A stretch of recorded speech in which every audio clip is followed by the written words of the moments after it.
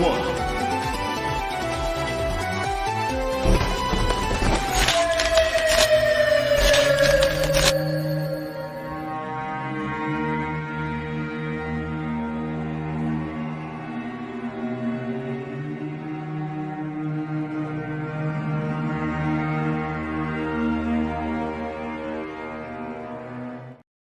Oh, hey guys. So Lawrence, he had to step away for a little bit. He's got a case of the grumble dust.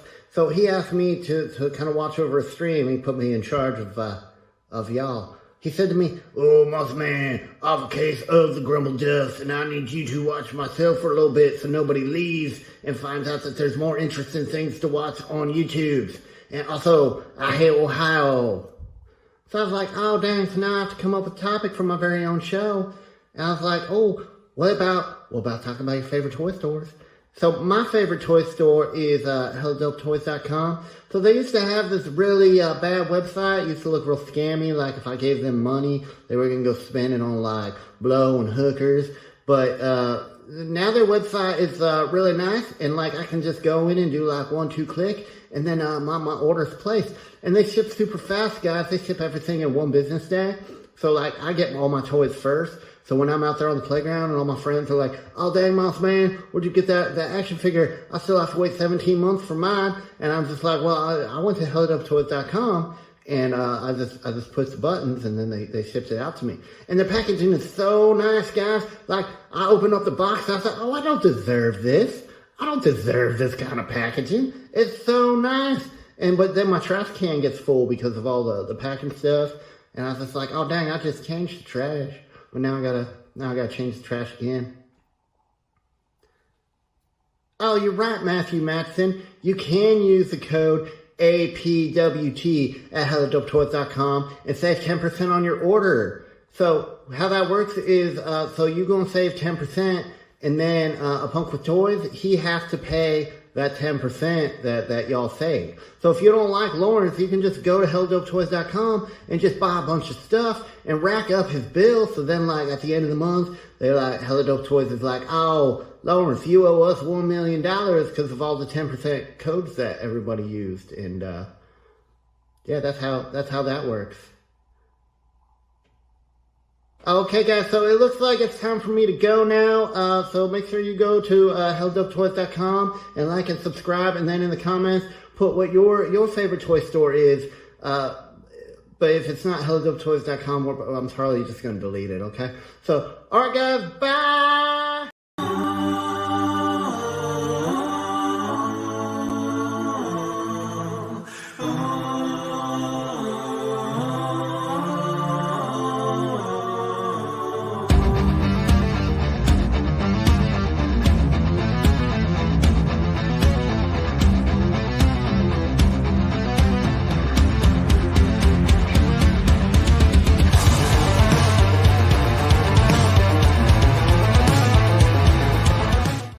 What's up, guys? My name is Ted DarkClaw, and with me, as always, is the Black Knight. We are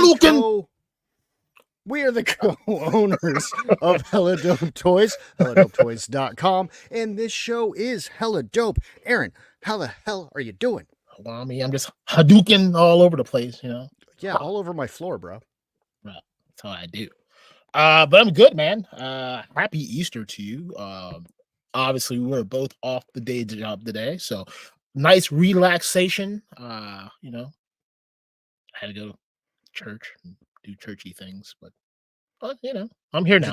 That sounds awful. I mean, I wasn't gonna go. I was gonna do other things, but something important happened, so I went in support of the children. That's so fair. That's fair. Yes, Children first. Children first. My ego second and third. But it was good. You know, had a nice little lunch. Had some drinks. Now I'm ready for a nap. Yeah, after church, that's the first thing I need too. Yeah. Drinks. Shots. Lots of them. Just man, fuck them kids. Sorry, YouTube. 2 minutes early. Oh, God damn it, Aaron. God damn it.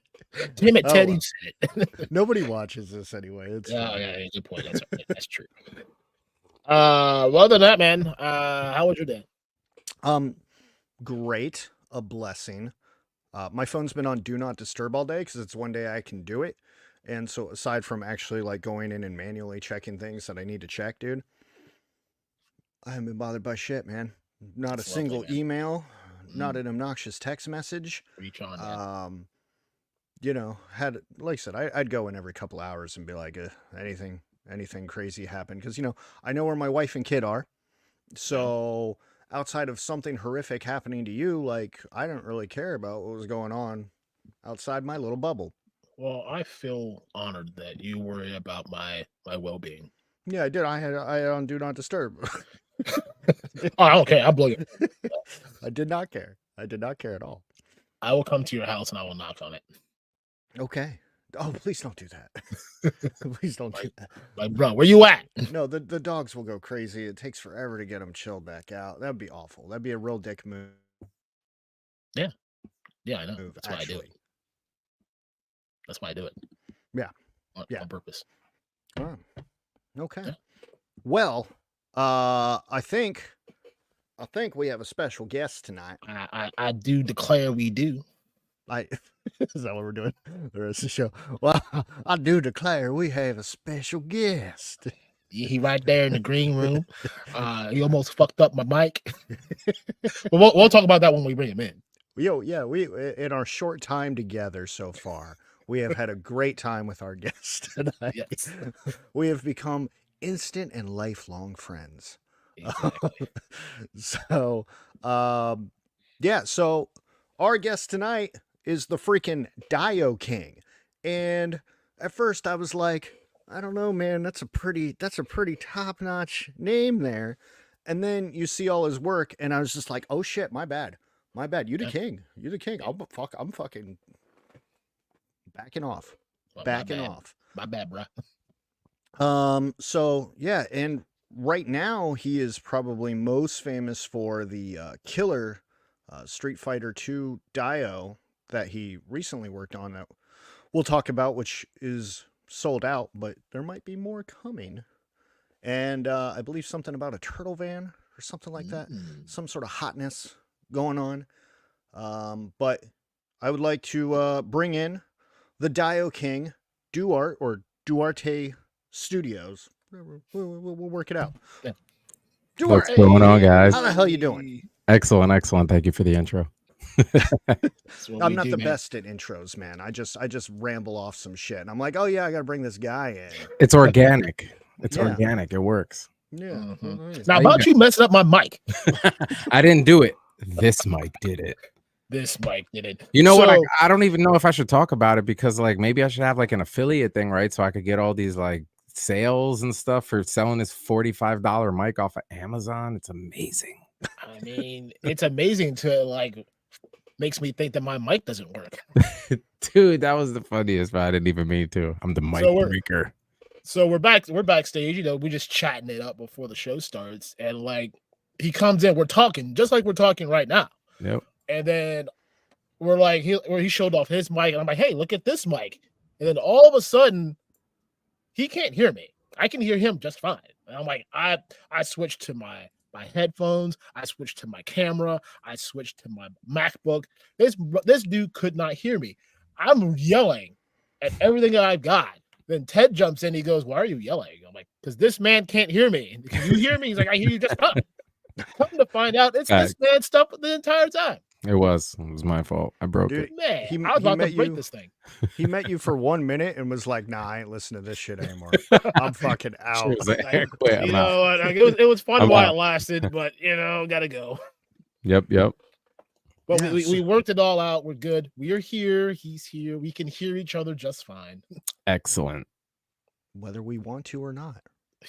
Touche. I mean, there is a mute button. Just Yeah. saying. Yeah. So, Duarte, how was your Easter, man? Not too shabby. Spent it with some family and watched my daughter do some Easter egg hunting, you know, while I opened the eggs and she was like, "Oh, candy," and threw it out and just wanted to play with the egg. My daughter hates candy, which is fantastic. Had some dinner and then came home and kind of spiffied up a little bit so I don't look too terribly disorganized behind me, and I'm here. Yeah. No, look sharp. That's back why there. mine's all dark back here, so you can't see it. I know. Now I'm like, yeah, maybe I should like dim the lights, and just talk make like it this. Yeah, make it sexy, light a candle, Bro, be real good. you start talking in sexy voices, every single one of these people will be like, I'm out of here. Yeah. Welcome to Sexy Time with Duarte Studios. Please hold, your call is very important to us. I'll just come in with the Mothman voice, like, "Oh, we're about to get real sexy up in here." Grab my strong hand, kind of sexy. Come on, grab my strong hand. Oh man. Well, I gotta ask Mr. Blacknight a very important question because it is that time. And Aaron, my man, I need to know what you sipping on. Man, so glad you asked that question. See, earlier I was sipping on a Red Bull, and I'm like, yeah, I mean, it did the job. I'm awake. I'm ready to go. Did it give And you then wings? it didn't. It didn't. False advertising. It flew me to church. It's fine. And then I'm like, well, I'm at the lady's grandma's house, and we're just watching TV. So I had the Queen of Beers for a while. If you don't know what that is, that's Bud Light. Queen of carbs, Yeah. I'm trying to lose all this down here. Yeah. But then, now I'm home. So you already know. Sponsored by Steel Reserve. Just waiting on the check. Nice. I mean, it's coming. It's got to be any minute now. Nice. Yeah, one day they'll respect us. One day. One Probably day. not, though. But Mr. DarkClaw, these people show up for this question, so we might as well entertain them for this. What is it? I know, not what you're wearing. Oh God, what is it? I'm wearing nothing below the waist. You're not supposed to wear anything. It is breezy. Oh wait, It's easy, breezy, beautiful cover girl down here. I wasn't supposed to bring pants to this meeting. I forgot. I didn't get the email, bro. Oh my gosh. we're gonna have to take that up with our accounting guy. You're gonna have to edit this feed. You're gonna have to edit this feed. Yeah, no, this is a no pants dance. No. What are you sipping on, man? Me? Well, I don't have my Hella Dope mug. Wow. So I grabbed a mug and I made coffee, and I wasn't thinking, and then I said, "Oh shit, this is not the Hella Dope mug." And then I looked around and I didn't see the Hella Dope mug. So either one of our viewers actually followed through on their threats, snuck into my house, stole the mug. 2, I got like drunk one day and lost it. Or 3, my wife and daughter are tired of me leaving it around and have hidden it from me because when I looked at both of them, they were both, I don't know where your mug is. Somebody knows where my mug is. It's a mystery in the house. But today I have the world's okayest dad mug, which is fine. But you know me, I always got my side piece, and I'm rocking the trusty blue, refreshing Saratoga.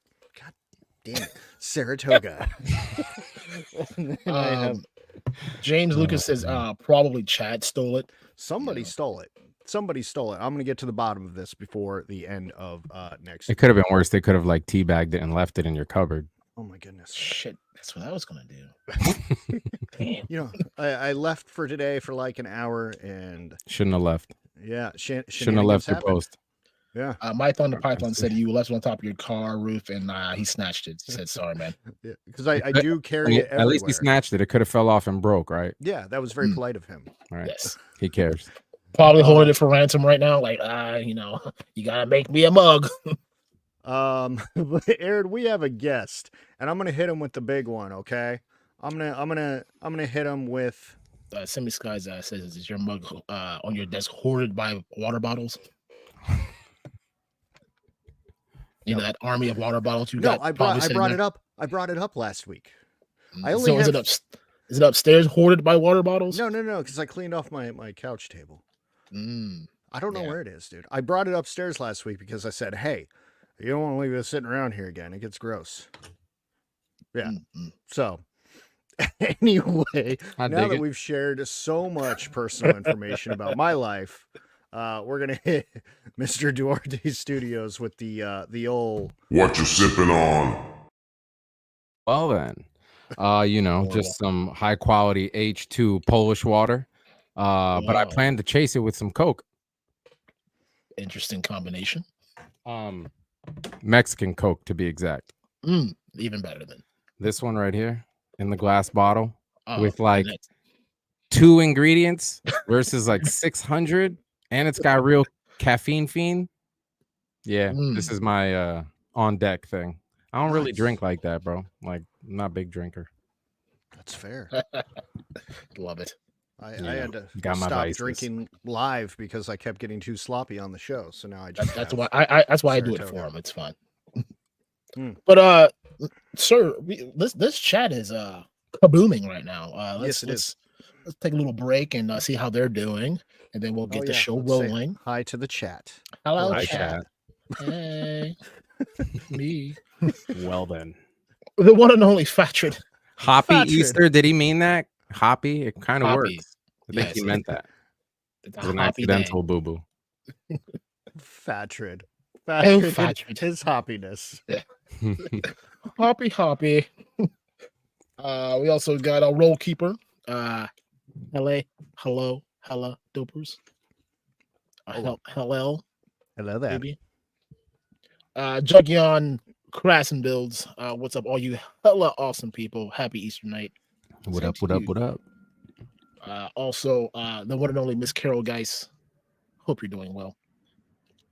Miss Simi Skies, hello. What is it that be up, though? What up, doe? That's not what it says. What up, doe? Oh, Simi Skies, you're our only moderator tonight because our moderator, Axion Figs, is hanging out with his boy. So, get rid of the sex bots, okay? That means you got to pay attention. She's like, nah, I'm out. See ya. My bad. I'm out. She's Too much going to go work. do her homework. Wrong stream. 13th Prince. Good evening and happy Easter, everyone. Happy Easter to you, good sir. Miss Stacy Hatch. Happy Easter, hella dopers, and the rest of y'all. And of course, Robert's Infinite Realms. It's a hella dope and jelly time. But where are you at? Where are you at? Oh, there you go. James Lucas, happy Easter, dope friends. Jeff Morris, nice hooray for the hella dope sale. Thank you, sir. Thank you. We will make sure that gets out with lots of bubble wrap. Oh, Robert's Infinite, huh? What'd we sell him? Oh, Plastic crack. Only the best plastic crack that mythic Legion LJ. Well, we got a bridge down now, so I don't know if that's going to affect your plastic crack delivery, but Oh no, don't worry. We'll get there. We got a guy who can jump really far. you got helicopters. That's right. That'd be smarter. Robert's Infinite Realms. My trash looks so nice due to hella dope. We love sending you all the lovely bubble wrap. Oh, I love sending people trash. I'm gonna start putting my own trash in there. Like, I know what you're gonna do with this. Will you just take care of this for me?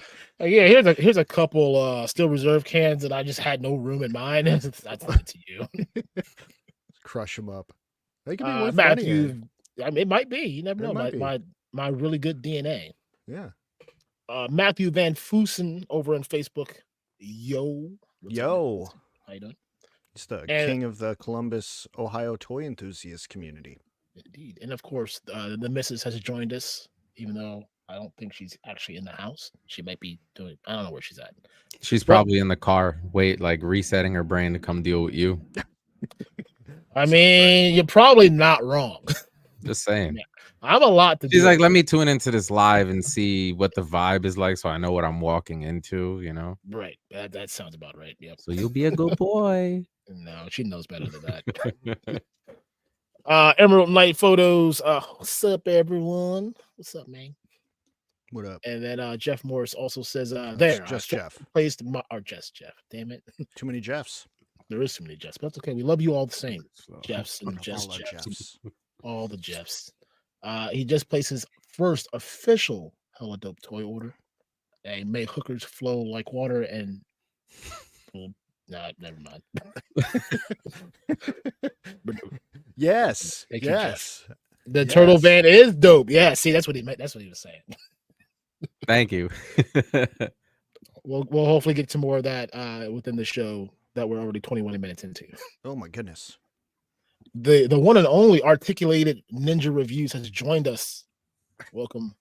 I was watching his stream last night, and then next thing I know, I must have fell asleep during the member only show. It's the best part. Well, that's the funny thing. I fell asleep. I woke up to one of our old episodes. I'm like, what in the hell just happened? Twilight. First off, what time is it? Let's start with that question. Like, yeah. See, he's down with the sexy voice. I mean, he knows, man. He knows what works. He knows when we bring the sexy voice and the Moss Man voice, what's about to happen. It's going down. All the way. All right. Yeah. Funky town down. Like meet you in the club type going down, or oh no, back of the club. Oh, all right. Diddy. Wait, what? No, Wait, Diddy. what? No, Diddy. All Wait, Diddy. No. No. Whoa, yo, you're throwing Diddy jabs, and I'm like, I hit you with the Diddy lasso. Nope. I got X lasso power. You good, bro? I'll make up a power. This trade up, Eric. This shit just went all the way to the left. Just ask all your high school employees. They'll get you on the Diddy. Just stop it. Like Diddy going down. Yes, sir. That's what's Nah, Young Jock, bro, not Diddy. Even though that name sounds type sus too. Now that I think about exactly. it, shit. 80s toy boy, $1.99 for the first minute, 99 cents. Yo, see how that rolls with the conversation we're having right now. Oh, dude, can you imagine like if I just have a mic on me and I'm like cutting foam and I'm like, yeah, how hard do you want me to cut this? You know, like, and getting paid $1.99 and 99 while I'm doing dioramas, dude. Yeah, bro, that's multitasking. Start that OF right now, man. That ASMR, you'd be golden. Hell yeah, Mikey's down. He's like, let's go. Is that the Mezco one? Yeah, of course. Anyway, next question. Come on, bro. Come on. Well, you got something bad to say about those? Stop it. Yeah, I do. I'm waiting for my shipment. Oh yeah, damn. See, I'm just gonna zip my mouth at that one. I feel your pain, dog. Moving. Actually, I'm not looking forward to paying the bill, but then I want them. Like we ordered a bunch of them because when I first like came out for pre-order, I'm like, oh, this could be something cool. And this was like early hella dope, like first year, like first 3 months of the shop being open, this was available. I'm like, I'll order some. And like they were up on the site for probably 8 months. And then people go, oh no, like we started selling them like how the fuck you find this? Mm-hmm. Like out of all the things that we have, you found this one thing sold out. They put them back up for pre-order. I'm like, oh, I'll order some more. Still waiting. Damn. Still waiting. Still fucking waiting. Anyway, that's a video that I'm working on right now. Sorry. Laser Pants has joined us. That glorious beard, Duarte. I'm not envious at all. Bro, stop it, bro.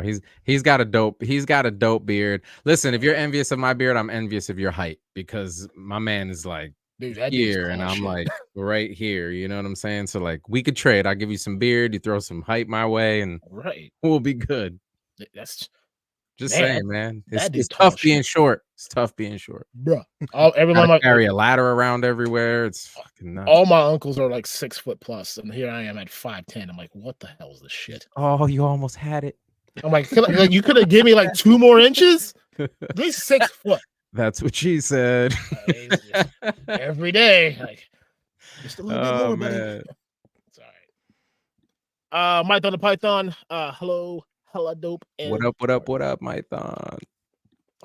Articulated Ninja once again. I can't make it to watch 3POA live this week, but it's okay. I made it to this one. We appreciate that's all that matters. Absolutely. They don't need another viewer. Laser Pants is fine. He's got like 600 per show, and it's just him yelling about comic book artists. They do some good showings, bro. They do. People want to see it. Whatever he's putting out, they're taking it in. Bring the heat. All the way. I'm like, you know, I sit there and I watch them. You know, I watch it. I was watching it in my bedroom last night. It is must-see TV in the toy world. true. My brother Adam says, who will get sponsorship first? Ted with Ooh. Saratoga or me with Steel Reserve? I mean, I've been can't pushing call this for a lot. I've been pushing this for a year right now. Like, That's true. somebody has to be there at Steel Reserve. Like, man, I can't call it. I don't know. He's been promoting our stuff for so long. We should throw this dude a bone. Still nothing. It's all right. It'll happen one day. Just, you know, One day. aim for the stars, pal. Aim for Oh, the yeah. bushes. Aim for the stars when I'm passed out after I'm done drinking this. 8%, man. This stuff will get you. Dude, I are we believe still it. going through the chat? Holy fuck. There was a lot of them, dude. Oh my god, they're on fire tonight. Oh, yeah. We have to take a chat break from the chat.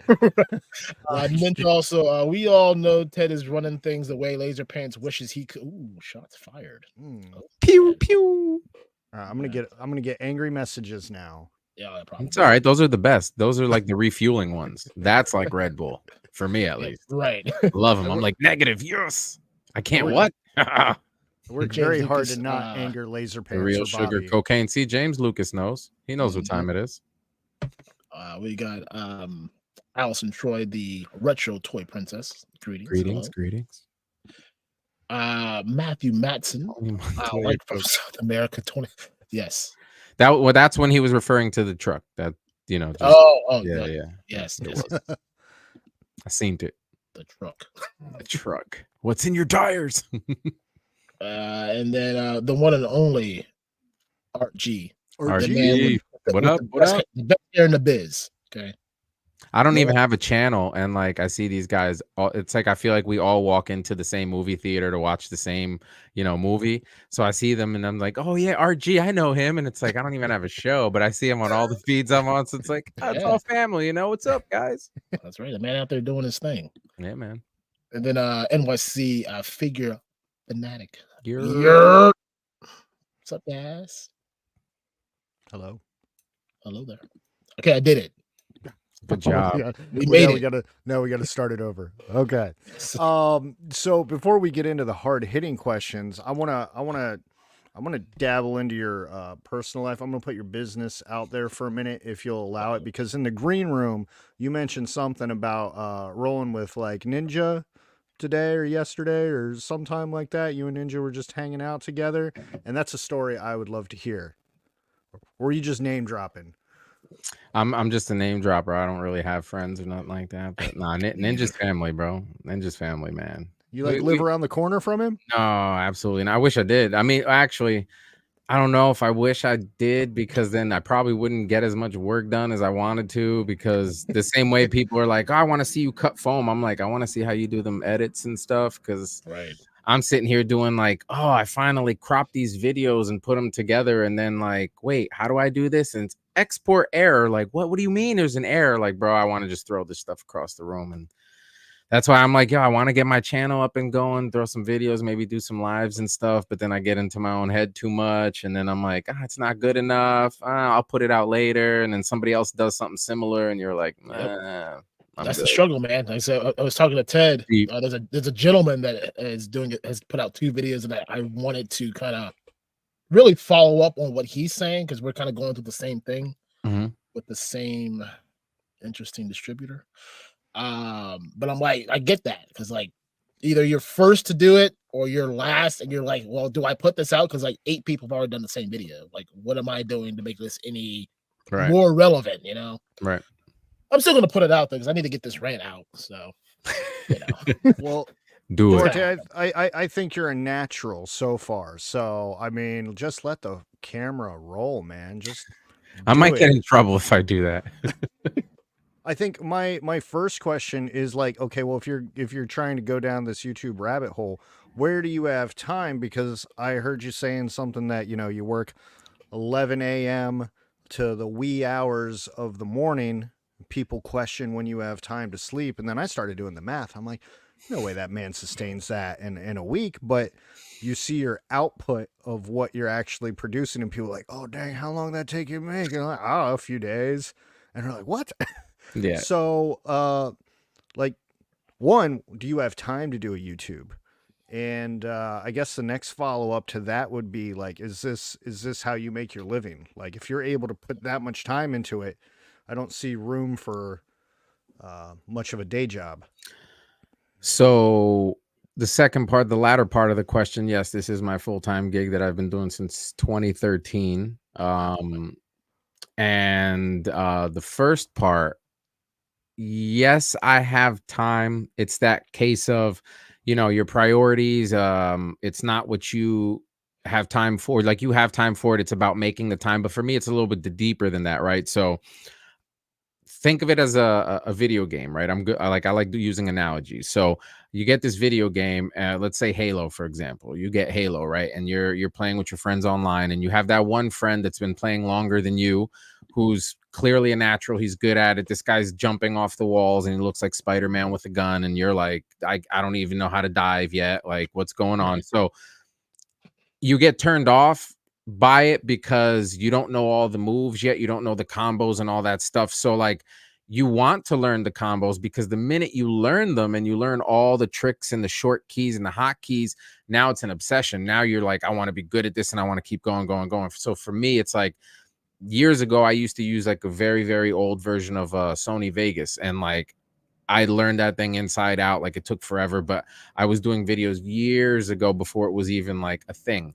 And it was even part of like school while I was there, and we were learning some of that video editing stuff. And then all this new stuff came out, and I got so deep into what I was doing and learning the designing, the online sculpting, the 3D printing, the techniques with the foam and this and the materials and the paints and all that stuff, that I literally have time when I do it. Everything that you've ever seen me create, I record myself doing. I take my A6400, I set it up from the top or the sides, I get different camera angles, and I record the entire process. I used to be to the point where I was having 40, 50 hours of content, and I'm like, what am I going to do with all this? So I've gotten better with, let me film this angle for 10 minutes, this angle for 10 minutes, whatever, and then kind of shrink it down. So I have all of the footage. I just haven't had the time to sit and learn everything because my biggest like gripe is I'm in the zone. All right, I put the videos in, I shortened them, I sped them up. I know how to do that, but now let me put this. Oh, I don't know how to do this. Now I have to stop my workflow and go learn this thing and watch 13 YouTube videos. And by the second video, I'm already turned off and I'm like, screw this. Let me go make a castle. So My follow-up question to that then is, so is it something that if you're going to do it, you 100% want to do it yourself? Have you would you no, just hire a guy? no. So I absolutely, I'm all for hiring people to do certain jobs because I was growing up, I was one of those people that thought it was really cool to wear all the hats, no pun intended, right? Yeah, I'm the shipper, I'm the designer, I'm the this, I'm the that. And it's cool. And in a way, people look at you and they're like, wow, you do all that stuff. But then people grow up and they're like, shipping sucks. So like you do it because you're a dummy. And it's like, no, I do it because I can't really afford to have somebody do it. However, I say that to say this.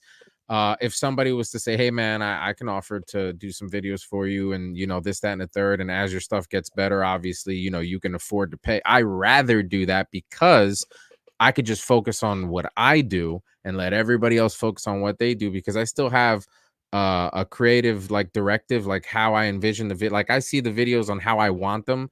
It's having the tools and the knowledge to make that.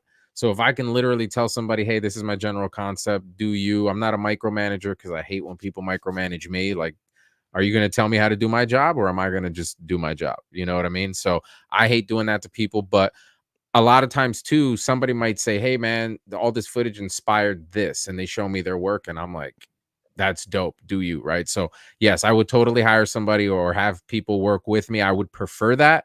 But realistically at this point, it's not something that I can afford, especially with some of the rates that I've seen. It's not saying that they don't deserve the stuff, because I'm the last one to critique anyone on pricing, but you get what you pay for, Absolutely.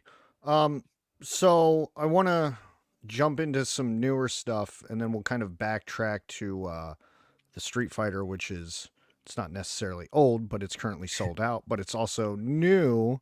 in some cases, but I think people are eyeing that turtle van behind you, and you wanna whip that baby out? Is that what she said too? Oh yeah. I'm just removing the greatest turtles ever made off of them. Don't mind me. I'm gonna put you up on solo here. Yeah. Ooh, So this was the Playmates turtle van that, you know, you press the little button on top and the door swings open and then the little pizza machine comes out and all that stuff. But what I did was I kept that swing mechanism and the button release, but I basically designed it where it would hold the weapons, the extra weapons that came that weren't specific to any character. So this way, at least you would have a usage for them when, you know, they're not being used, right? The deck's actual wood, and I did that to hide all the mold lines and stuff, so it gives you more of a natural look, you know. And the ramp goes all the way down to the bottom, and as you can see, there's some wear here because I don't know, maybe I might be dropping a turtle cycle. Just saying. The seat, right, did a little diamond plate here, so this way, you know, you got the nice reinforced rear door, right? We did the wrap on the handles themselves. This way, you know, when I painted these from blue to black, now when you put your figure on it, not only does it give you that old 80s, 90s vibe, but also it works to protect the paint, and you don't have to worry about hurting paint on the figure as well. Painted the cage up top with some rust, all that good stuff. The seats are the original seats, but I cut the tops off of them, basically the headrests, because I wanted that lower look, and I put the back with actual wood as well. They were wrapped with little tank top material, right? We call it something else, but I'm not going to use that because, you know, I don't want you guys to get canceled and stuff. But basically to get the lines that I wanted, right? And I actually padded them with cotton, so they do have some, you know, I cut them on purpose so this way you could see all the padding come out, because, you know, we wanted it to be beat up a little. And actually the prototype, oh yeah, this holds the other weapons here as well on the front. Nice. The other three, and it kind of just worked out that way. And then this gaudy thing right here, this little plastic makes it look very cheapish. Just finished this prototype, so this essentially goes right there. So it gives you that like tough rubberish kind of floor. And I also designed some pedals to go with it. So when you put there, you know, your figure's got the foot on the pedal, all that good stuff. A little shifter if you want to use it. I got that too. Wrap the steering wheel, you know, had to definitely wrap the steering wheel just because, you know, it looks cool. Tires, everything's worn. We painted the turtle power on there because it's easier than to remove the actual lettering, but it also works out better that way because it gives me that old kind of like when the white paint's new and then it starts getting all brownish and no one really cleans it. You know, we did the highlights and the wash on the rims itself too. You know, the metal work on the bumpers with the rust and the bars themselves. Same thing on the back. I actually broke this on purpose to give it that, you know, rusted broke look. And, you know, I'd say this is like a 50-ish, 60% rust kind of effect that I did. We used the stickers because they look realistic. And I painted the frames on them as well. So this way it looks even better. We kept that headlight stickers and all that stuff too, and just gave it the black rim paint around everything to make it sit in with everything, get a little dirty wash on the grill, little rust spots and all that good stuff. So everything's been cleared. So this thing, I don't like making customs that I can't play with, right? So this, I can move it around. I can not really worry about scratches or anything like that, and also give it that very old and dirty kind of matte look, but without actually being dirty and rusty, right? So you won't need a tetanus shot after this. And yeah, rusted roof on the top, you know, with all the highlights and the paints and the low lights and all that good stuff. And yeah, that's pretty much the gist of that. That looks phenomenal. Like, I need that. Thank you. I've been hit up by quite a few people, and I really put some thought into it, you know, not just based off of the market itself. So that's one of the topics that I think is talked about super, super little, and I feel like I need to bring light to it and even be one of the topics I have on my story, because in a way I kind of feel bad for other artists that either don't know better or are even just afraid to kind of believe in themselves, right? We know that there's artwork that's like super cheap, and then we know that there's artwork that's like you're taking advantage because you must have done one famous person and now you feel like you can charge $1 million, right? So we know that there's absurd amounts, but then there's amounts where the haters come out, right? And they're like, that's too expensive. And I used to be worried about that. And I feel like that stifled my growth. And I feel like a lot of people out there might be like, man, I was feeling that way, where if I'm not going to get what I think I should for it, then why am I really doing it? Right. And in the beginning, when you're grinding and you're trying to get your stuff out there, right? If I walked up to somebody who didn't see my work and I'm like, hey, I can do X, Y, and Z, they're not going to believe me just because I said I can do it. They're going to want to see it. So until you build that repertoire, or that background, or that stuff that you can say, I've done this, and this, like a portfolio, you have to kind of, for a lack of better words, eat some poop, right? You got to like do some cheap stuff, or try to collab with people, maybe even do some giveaways, things of that nature. But as you start to show off your work and stuff, then you have to say, okay, what's worth my time for me to have to do something like this? How much time did I put into this? Like I literally just went through all the footage I had of doing just the van, and I had about 32 hours of footage onto this, and that wasn't even recording the entire time. So I maybe 40 hours, maybe 50, I don't know. The second, the third, the fourth that I do like this will obviously be a little faster, but paint still needs time to dry. Scuffing still takes time. I took this entire thing apart. I scuffed the entire thing top to bottom, make sure I had a tooth for the paint, very meticulous with stuff, cleaning all the edges, to make sure that everything was cohesive, right? Because for photographers, that one little blur will make everything look bad, right? So I have to think about all that stuff. The best bang for your buck. Do I want the inside? Why do I want the inside? Can these guys fit? Do I have to do a lot of modification, et cetera, et cetera. So if I were to say, hey, I can get you the van, it's $40, right? Or unless you send me a van, or sometimes you can even get them on, I've seen them on eBay for $20, like used, who cares? Because it's going to be painted anyways. But basically this service, I'm probably going to charge about $275 for it to do the entire thing.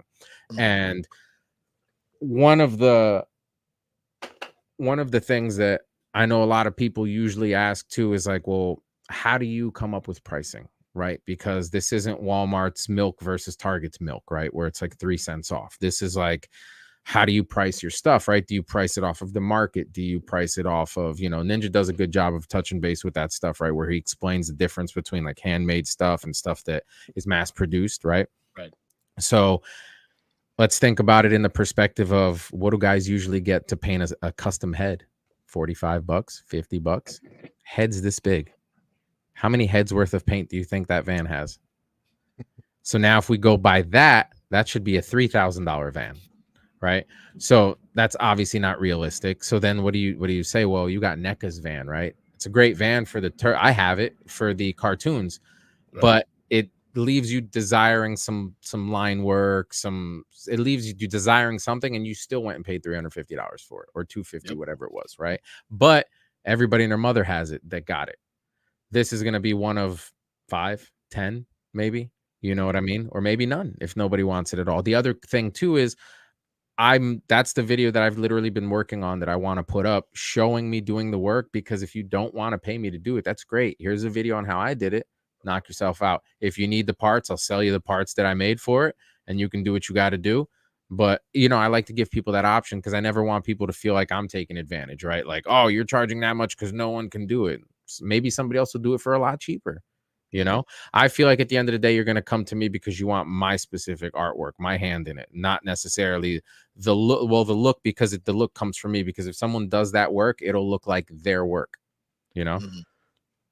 So in regards to that van, first of all, the van originally is an amazing starting point. My nephew got one for Christmas. I had to put it together for him, and I was like, well, damn, I kind of want one of these. But seeing what you did to it, and you're talking about putting like actual wood inside of it and doing all this work, like, do you get pushback about the prices? Because I think if you're saying, yo, ship me a van, because that was going to be one of my questions, like, where are you going to get all these vans, dude? Right. But if somebody ships you a van, like, I think $275 is a pretty good deal, especially when you're comparing it, like as you said, the NECA van. And I think the base model of that van originally is more fun anyway. I agree. Do you get pushback on the price? People come up to you and try to haggle or barter, or I got 150, bro. There's always one. Always at least one. And I, in my other business with the RC stuff, I get it all the time because it's just a different animal, right? There's a lot of people that are like, I'm the DIY guy, and that's where we get the concept of, even if I plan to at some point make STL files available for things that I've done, right? Like the Ryu stage might be a downloadable file in 6 months. Who knows, right? But I plan on doing something of that sort. So at the end of the day,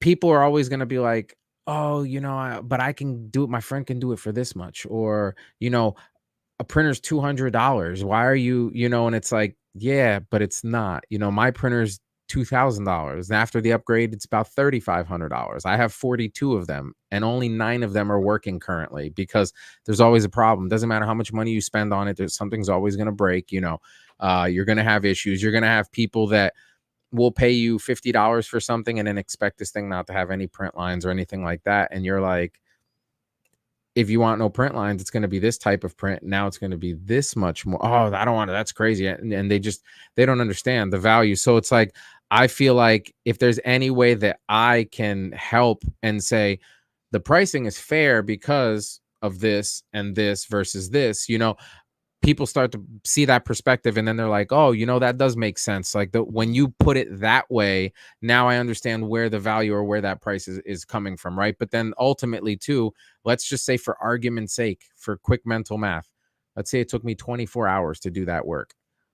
What are you worth an hour? Ask anyone that question. You think someone's going to say, I'm worth $2.50. Well, that's a lot of the times what I'm making, because when you factor in that time, you're making peanuts for literally my hard work that, you're going to enjoy forever. And then you can actually flip and make more money on, because when you buy limited runs of certain things, it's obviously worth more than 5,000 units of something generic with QC issues, Yeah.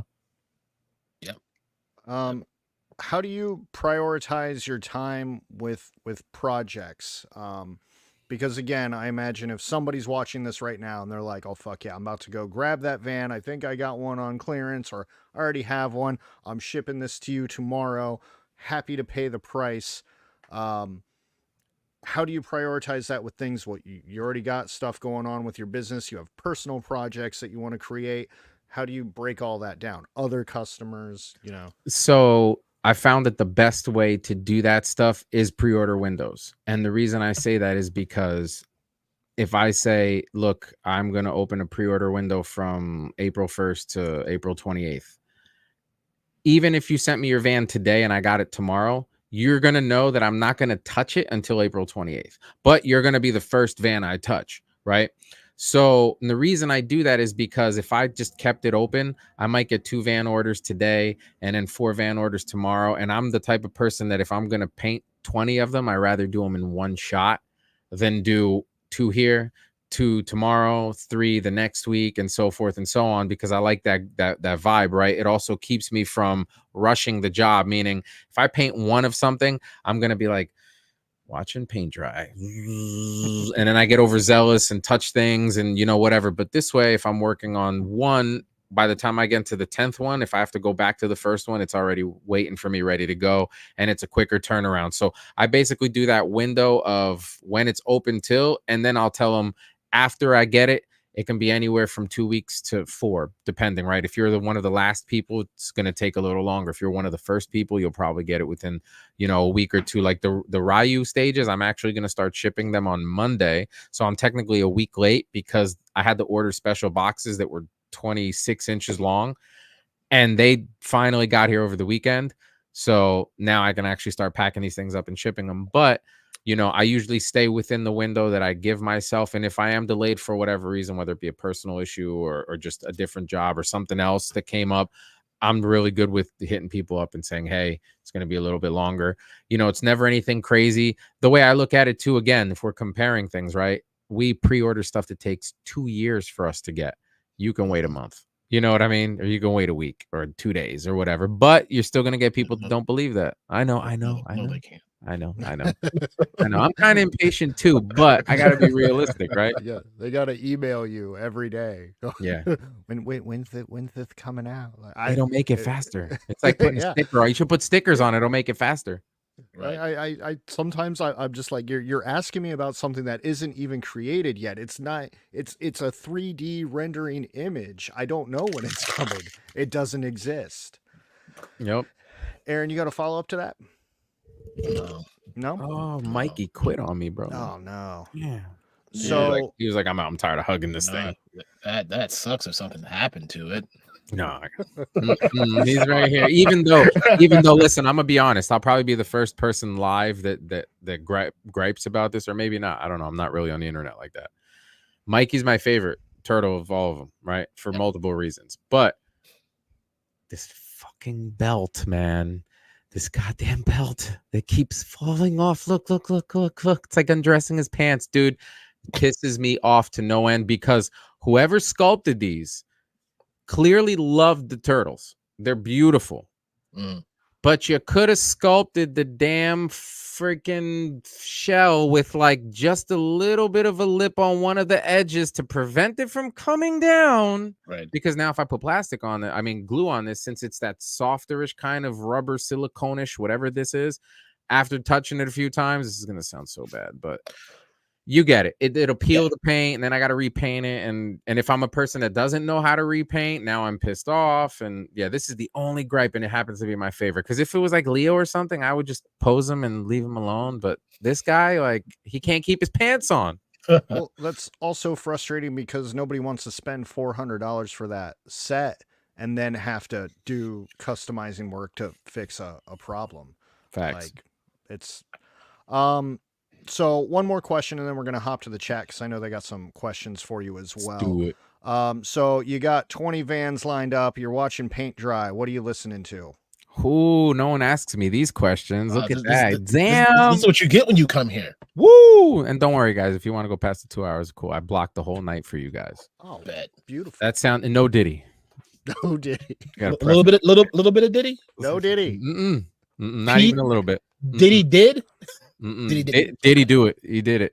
He did it. Definitely. Okay. Definitely. So what was the question again? What you rocking out to? So it really depends, right? I'm all over the place with this, right? So you might guess music that I listen to. I guess music that I don't really listen to. I'm not really big into country, right? Just Who is not really my jam. Old school hip hop, right? Old school hip hop. Definitely hip hop from my era, 90s, 2000s, right? Like Big G Unit fans, stuff like that. Jada Kiss, Eminem, you know.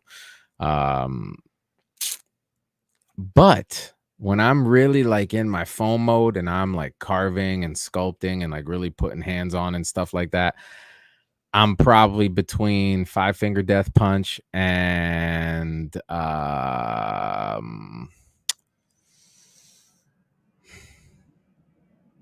Red Hot Chili Peppers. Yes. So, you know, I'm there. And then sometimes I'll be in my like Pink Floyd, Deep Purple, Led Zeppelin kind of mood. So it really depends on the time of day, because I could crank music up louder, and I'm deafening music kind of guy. Like I want the music to be louder than my power tools type of deal, because it also helps to muffle the inside voice in my brain, and I can hyper focus on what I'm doing.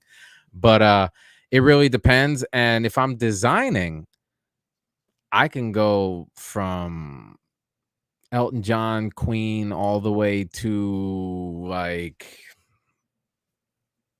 80s, 90s R&B. So I'm everywhere with it, bro. It really just depends. But when I'm really like going to town on the foam and stuff like that, definitely like some Five Finger Death Punch, and you know, I'll throw it back to like some Limp Bizkit, Korn, because that was around when I was growing up too, you know. So Family Values tour, man. Yeah, it was good All stuff. right, I gotta put you on the spot now. Okay, do it. All right, that's kind of hard to do. Just saying. It might be easier than you think.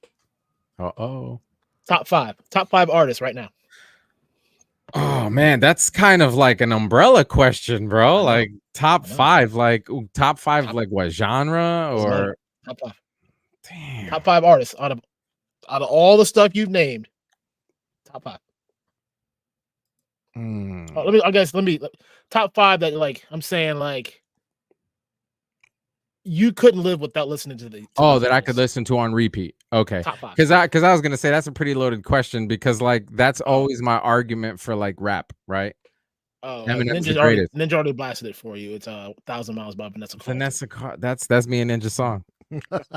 We making our way downtown, right? That one. That's that one. right. Yeah, see, Yeah, I know the that's words, bro. I seen White Chick.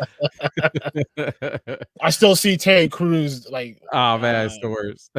Did you ever watch Lip Sync Battle? I did, bro. I did. Yeah, his rendition of that is by far hilarious. Oh man. Anyways, go All ahead. right, so that I couldn't live without, that I could listen. I actually got nicknamed by an old employee that I had working for me 2 years ago. He used to call me Five Finger Death Repeat, right? I could listen to Five Finger Death Punch 24/7. Tupac, Okay. all day long. Jadakiss. Something about the tone in his voice and the way he raps and like the storytelling and the depth, right?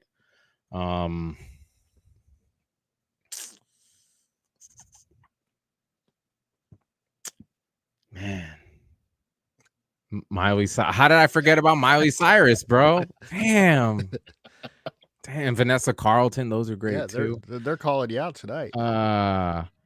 I think this one's a universal answer for everybody. I feel like Michael Jackson, bro, because like his stuff is timeless, right? I feel like there's a mood for every song, you know, and like Free Willy pops on, and you're like, I got some vibe, bro. Talking about stupid fish. Number 5, man, this is. I'm like,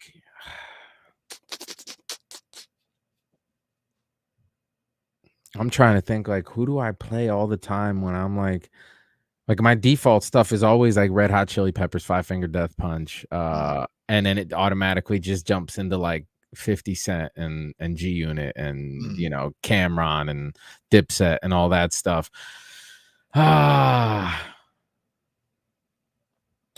Hot Chili Peppers will always be in my top 5. It doesn't matter. Yeah, I'm probably gonna have to say Red Hot Chili Peppers, right? Because like I feel like 5 isn't enough, right? Because just in hip hop alone, 5, right? Like NWA, Dre, like you know, all those people, right? That everyone's got their place. Nas, I was Nas over Jay-Z, so you know, like that, you know, that kind of stuff, right? Rock, the same thing. R&B, the same thing, right? Like you Boys to Men and R&B's like right there, top 3, you know. So yeah, it's hard, but I'd probably say I'm more on the rock side too, because like I really don't want to be that guy that's rapping about the hose while my wife and my daughter's in the house, and you know what I mean? Like it just doesn't feel natural. So, you know, and I'm not really living thug life with my foam and my razor, even though I do some serious slashing. I'm just saying, but you know, yeah, that's after they go to bed. Yeah, yeah, basically. Ken's Toys says, you know, Master Splinter can lay down some lyrical flow if you didn't know that. Yo, he had bars, son. Bars. Ninja's video. He got, so I don't know what kind of, you know, deal he got going on with Splinter, but I think he's part of the Ninja label now. He got bars. Speaking of Splinter, yeah, see, got bars as well. So I'm saying, like, you don't have to sell him, bro. We know. We heard, bro. You signed him real quick. That's your Eminem right there. He's like Dre. Ninja's like his Dre. But check this out.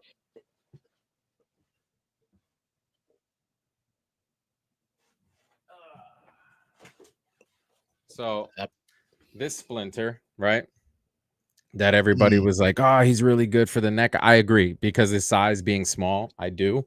But the cartooniness, right, with this like black strip and stuff, and it looks funny. Obviously, it's supposed to for the Mirage, so I'm not critiquing that. But for the aesthetic of the Mezco, it doesn't.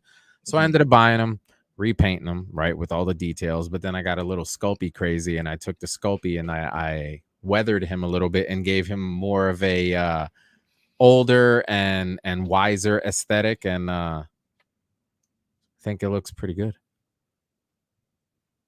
Hold on. Let me full screen this again. Boom. Let's see. Very nice. So basically, I added the beard, the goatee, the hair on the ears, and the eyebrows. That's amazing. I can see him in a Woo jacket, Right? Right? So I did that, repainted his nails, all that good stuff. And now I'm going to take his robe that's off good, and I'm going to tatter it up a little bit and give it some tears and some usage. And then I think he'll fit right in with the broskies in the back until we get our own, right? That's right. Nice. A couple of things here. Random Rick Review says, DMX. Oh, DMX. Hell is hot. And oh man, that album was, come on. DMX again. See, that's another one. DMX, can't forget about DMX until he started doing his, sugar booger.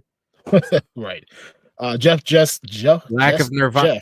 You know what? Listen, Jeff. I'm just saying, Jeff. Teen Spirit. Nirvana's dope. I do like, he's in the playlist, but it's definitely not in my first go-to, if I'm being honest, because they definitely got a lot of hits, but just I don't know, just I'd say top 10, for sure in the rock genre. Yeah, but that I do agree that Unplugged from New York, man. If you haven't listened to it, give it a listen. No, that was good. When they were doing Unplugged, not just them, but so many other artists that did Unplugged, that was fantastic, bro. They should have kept that going. I don't know why they stopped doing it. The one that I enjoy listening to outside of Nirvana was Alice in Chains. Alice in Chains is good. Yeah, Wu-Tang, can't forget Wu-Tang, Method Man, Redman, all the guys, like, those all of them. All of the 900 people in the family. All of them. Pharoah Monch, who's also a toy collector, from my understanding, right? I always miss him because he's like in the area, right? And he always goes to the shows that I would go to, and a lot of times, like, he'll be leaving, and I would have showed up, and they're like, "Oh, you just missed him." So I've never actually got to meet the guy personally, but we hear streets talk, right? Yeah, the chat now has put out all the musical tastes. The Woo, of course. Ludacris. Now, I like the Deftones. Listen, Ludacris, the Word of Mouth album was the greatest album. Yes. Oh my God, the intro, like every little dude, that album, fire. I'll give him that for sure. Listen to that again. Deftones. Oh, King shit. Yeah, I mean, I guess we can ask this question. This is a loaded question, by the way. Best rock album in the last 30 years. God, that's a tough one though. Because in the last 30 years, like 30, so, every 10 years, music changes dramatically. It does, but I mean, years. You look at. I'm trying to think of a pretty good example of a group. I don't want to use this. I'll use it just for the example. Metallica. Like you go through like their discography from like back when they did Load, Reload, and then the Black album. Then they did the S&M album, which was a really great underestimated album with all the symphony orchestra. Then they took that little bit of a break and they came back with Saint Anger.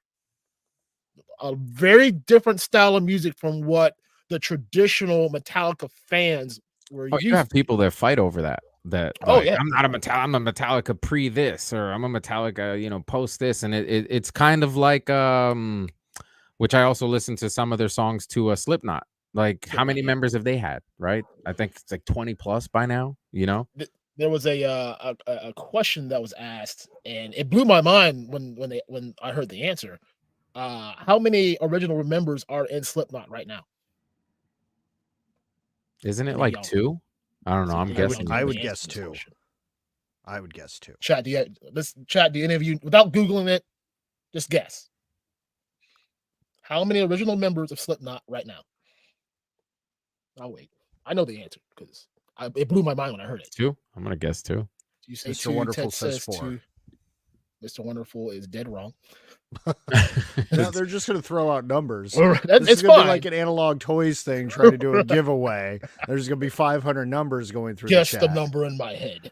It's 1. Wow. The guitarist is the original member of. That's bad. Fun facts with Aaron. I Man. get those every once in a while. Aaron, you've turned this chat upside down. But let's scroll back and Corey Taylor was not an original member, by the way. Yeah, he wasn't. No, that he wasn't. Everyone always assumes the singer is like the original or the creator, you know. He's been there for a long ass time, but not original. Yeah. All right, go ahead. I'm sorry. Well, we were taking a chat break. That's what I thought you were starting to do, and then and then you got the chat all worked up about. Well, I'm the guest, so the guest goes last. You guys got to answer best rock album last 30 years. Oh my goodness! Hot seats back on you, bitches. Aaron can name 20. I can't name 20, but I mean, I don't think we're supposed to name 30. I think it's the best one in the last 30 years, right? Is that the question? Man, best rock album in the last 30 years. Because I feel like I don't listen to 30 rock bands. I mean, I probably listen to 30 rock bands. Or maybe I have. I don't know. Let me think of this. Hold on. Ted, if you got one, or you look, my answer is not going to be popular, but only because it holds a very special place in my heart. That's Offspring's Smash album is perfect from start to finish. You prefer that over Americana? Yes. Smash is a superior album. Okay. Smash is a superior album. I can see that. It sounds a little samey towards the end, but I can see that. They were young. I don't know if that hits a 30-year window or not. I don't remember when the fuck Smash came it's out. there. Yeah. I keep getting older. Smash Mouth was like, that version of it I think was like late. Like it was a good album though. It was a really good album. Just Jeff agrees with me. It's fine. That's it. You got him. He's on your side. Which? Yeah. See there. I'm torn on two. Okay. I can't. I mean, I'm torn on. I can narrow it down to one if you really want me to narrow it down to one.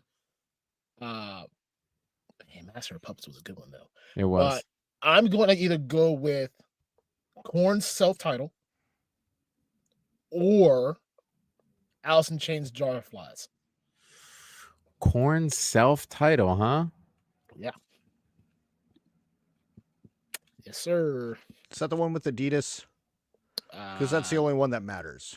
That was their first one. That was what, 94, 95, something like that? It has a blind and then shoots and ladders on it.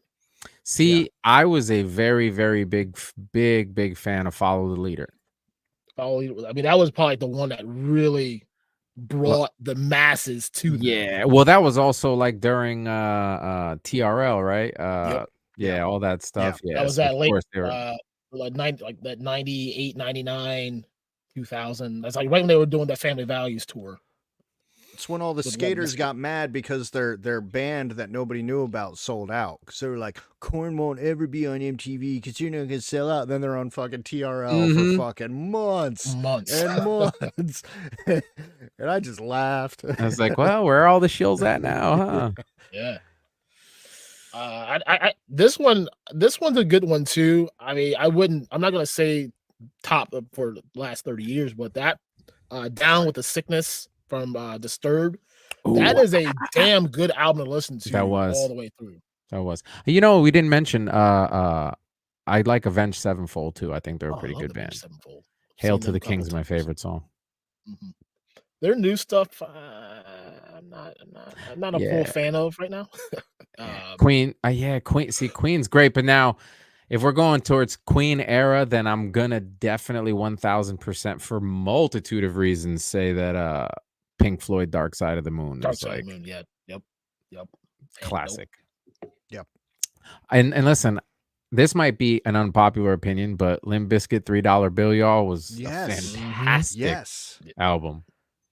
I could listen to that on repeat. I know all the words to that, bro. Dude, that was my jam. You take any of those, because I mean that's that new metal wave. Limp Bizkit, Korn. I mean, technically they put Linkin Park in there, even though they're not what you would defy as metal. Right. Linkin Park is great too, though. Y'all are forgetting about my boy Kid Rock, okay? I was just Kid Rock's first two albums, one which has been erased from history. Yes, it has. Which is a shame. History of Rock, which was his second album. Well, his second like official real album. History of Rock was you can only find it on YouTube. Very sad. Great album. Love that. No, he was good too. He definitely, ball with the ball and all them songs, and Fast and the Furious helped with that popularity, and a few other movies. Like movies definitely help. Like even like Metallica, right? Master of Puppets, and what was it? Stranger Things, right? When they put that guitar solo in there, that song was the most replayed Metallica song for like 6 months after that, right? So like movies and TV shows do help tremendously with songs, right? To get them in people's heads. Hold up, wait a minute. Kid Rock used to be good. He did used to be good. He did used to be good. Not now. Yeah, right. It's the Not truth. now. But at the same time, as much as I wish that old Kid Rock would have been able to put out more music, he's like what, pushing 60 now, and do I really want to see that from do I want a 60-year-old man making new music in that style? Probably not. He's gonna re-sing "Ball with the Ball." Yeah. Denture's gonna fall out. Yeah. So, I'm just gonna leave it where it is. I got my 2 Kid Rock albums, and I just moved on with life. I hear you.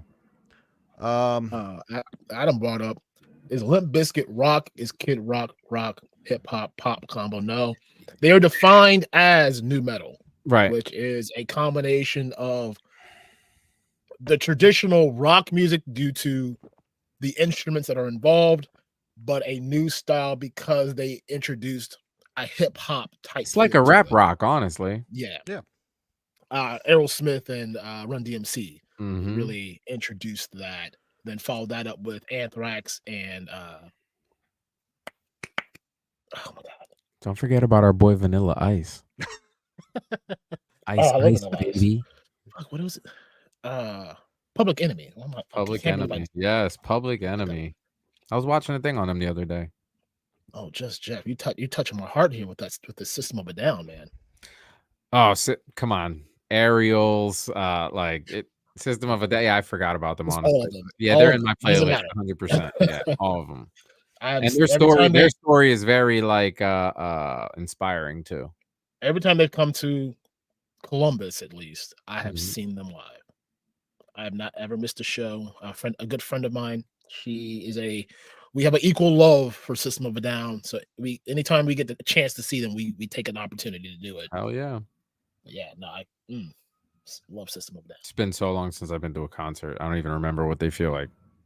Gotta go, man. I know. But the foam calls me.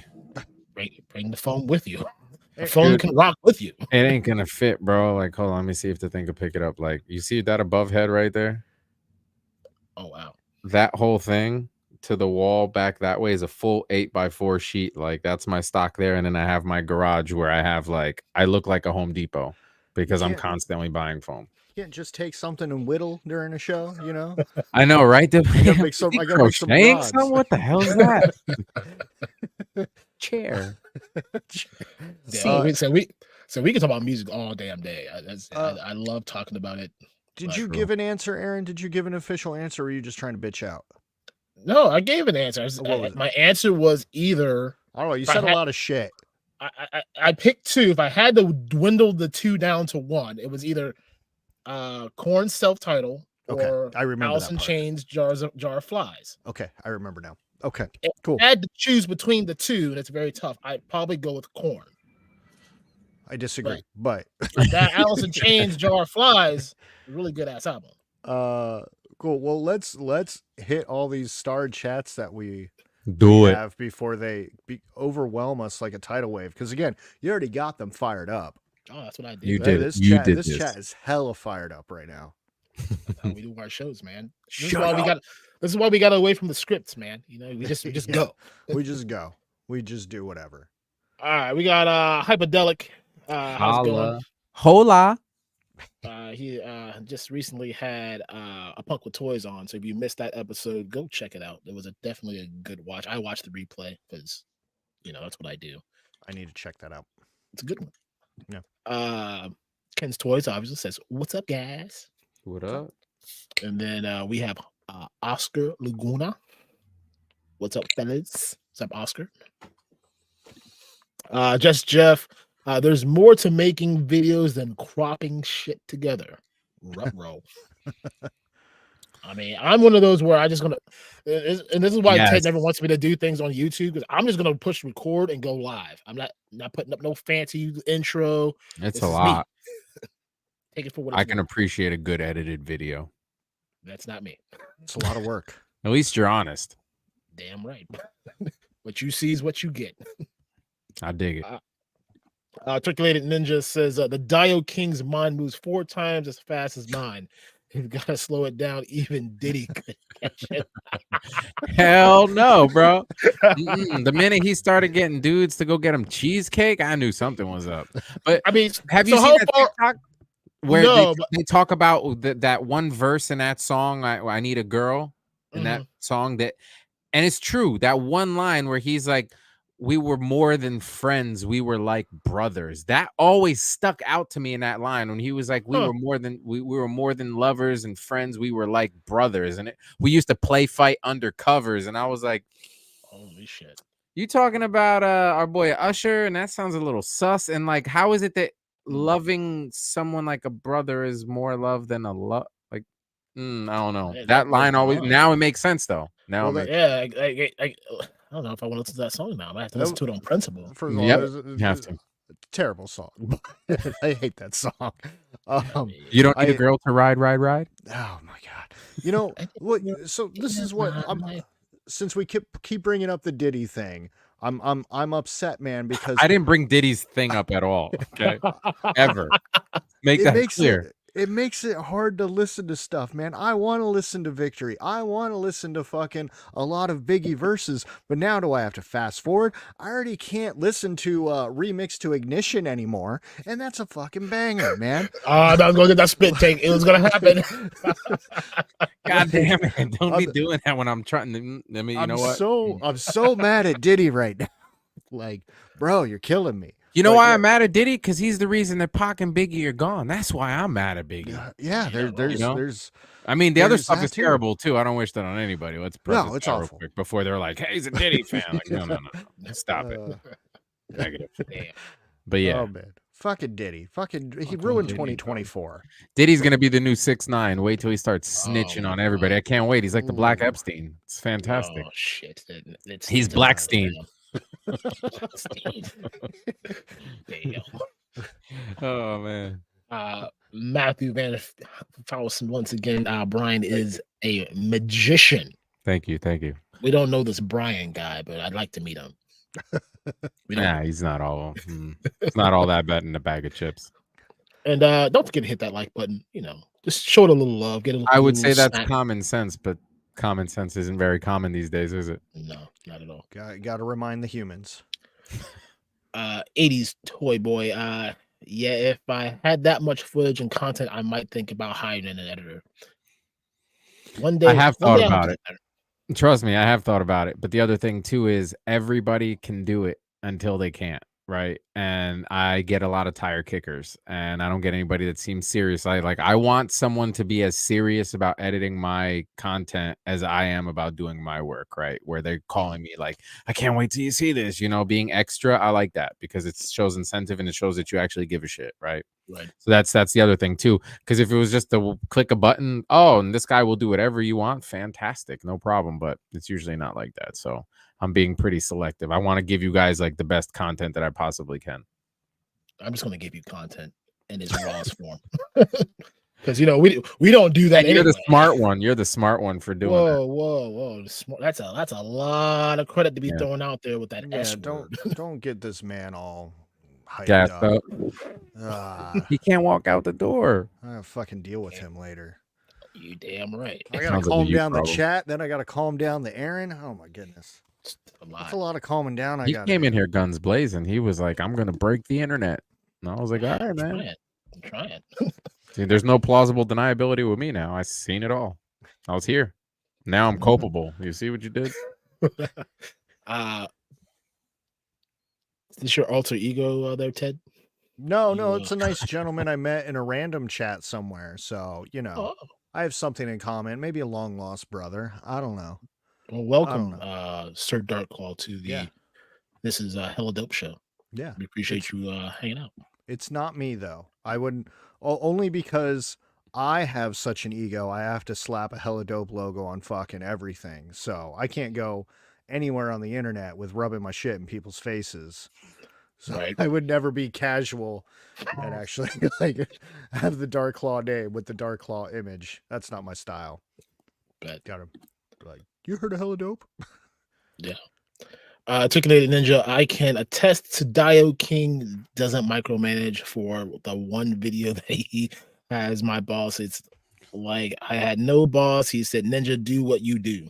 And he was busy and had no time to slave me or anyway, no did he. Yeah, he hit me up. He was like, "So what were you thinking?" And I was like, "I was thinking that you should just take this and do something really cool with it, and just keep in mind that it has to look like people want to buy it." You know? Mhm. He was like, "All right." He's like, "But what about nope? Just do Just do you, it. bro. I like your style. Here's content. Do you?" So Yeah.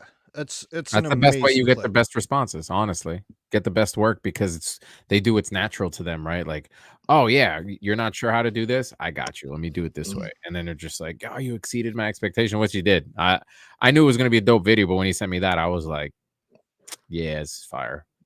Yeah. Yeah. Yeah, especially that end.